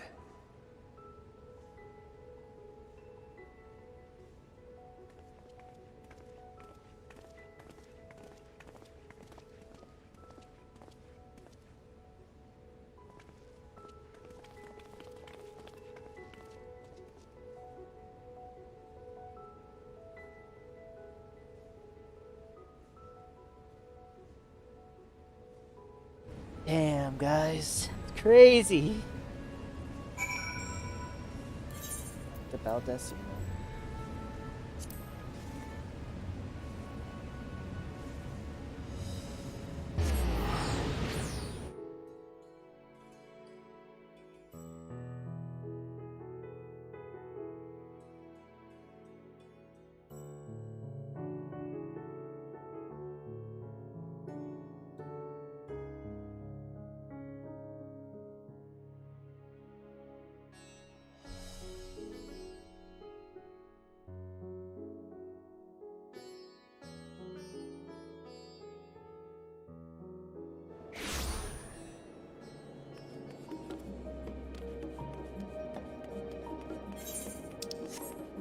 Oh, it's snowing here.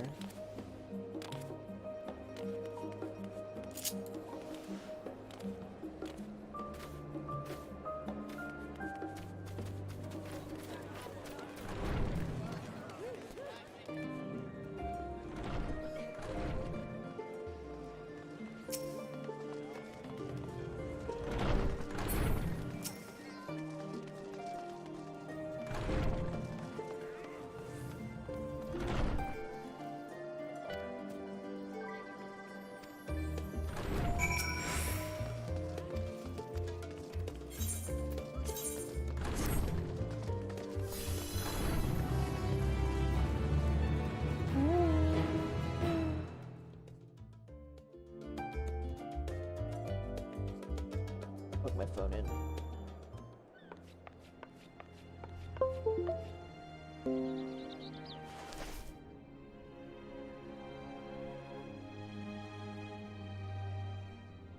Back to gray.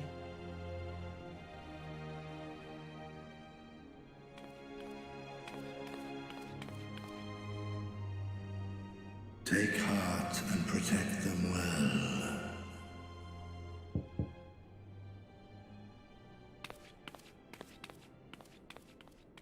I wonder who this could be.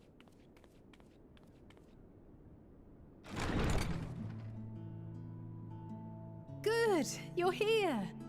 You haven't eaten yet, have you? We've bought quite a spread if you're interested. Only the finest dining from the last stand.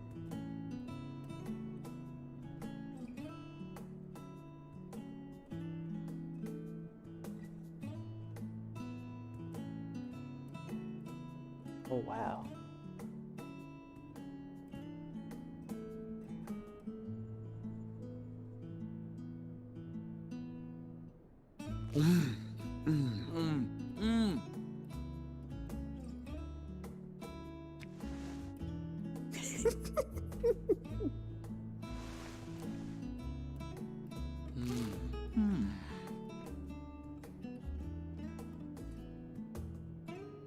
Lest you wonder, we invited Estinian as well. But he refused with a rather grim-faced, "No, thank you." I suspect Charlian cuisine is not to his liking. Oh, I don't know about that. Perhaps our lone wolf just needed some time apart. What? To perfect his brooding stare? Next time, I'll drag him out by the ear, sit him down in front of a Charlian feast, and see that he eats every last bite.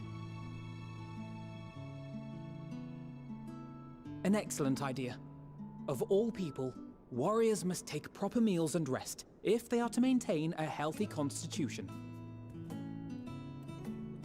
Poor Estinian, beset on all sides.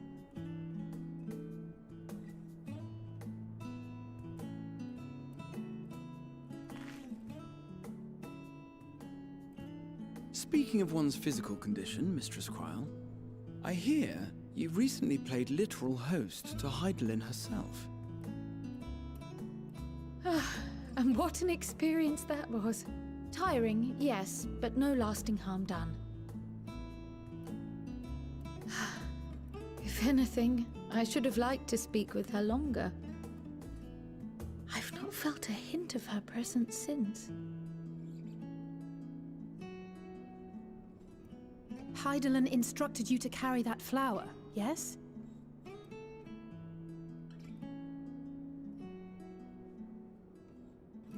Twill be your guide, test and proof of your conviction.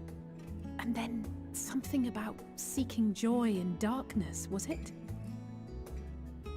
Come to think of it, isn't that what happened with Nidana back in Radz-at-Han? The flower did seem to radiate a joyful glow, as if reflecting the elation we all felt, the relief of a people with renewed hope. Indeed, and in turn, I felt buoyed by that radiance. 'Twas akin to spotting a beacon, and knowing we were on the right path. I know we've not yet triumphed over the Telophoroi, or learned the full breadth of the Forum's plans. But even within the midst of our struggles, we find small moments of joy to sustain us. Rare and hard-won perhaps, but it is this pursuit of happiness that gives us the strength to carry on day after day.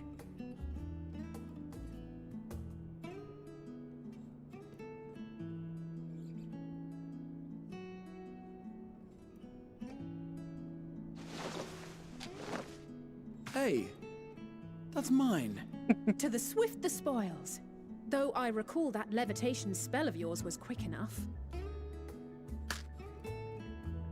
Only barely. And even at my best, I'm still too slow to wield it effectively in battle. Mayhap I simply require more practice with this new magic. You unearthed it from the depths of Numenon, I presume? Aye, and from a veritable mountain of arcane tomes at that. 'Twas necessary to facilitate my solitary explorations. Or, to put it simply, you used it to sneak around the Forbidden Archives. Yes, well, after a fashion.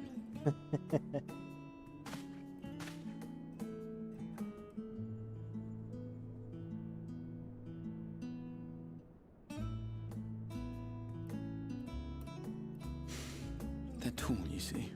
The shelves, they're too tall for me. And I could hardly move the library's platforms without attracting attention now, could I? Oh. I love scenes like that.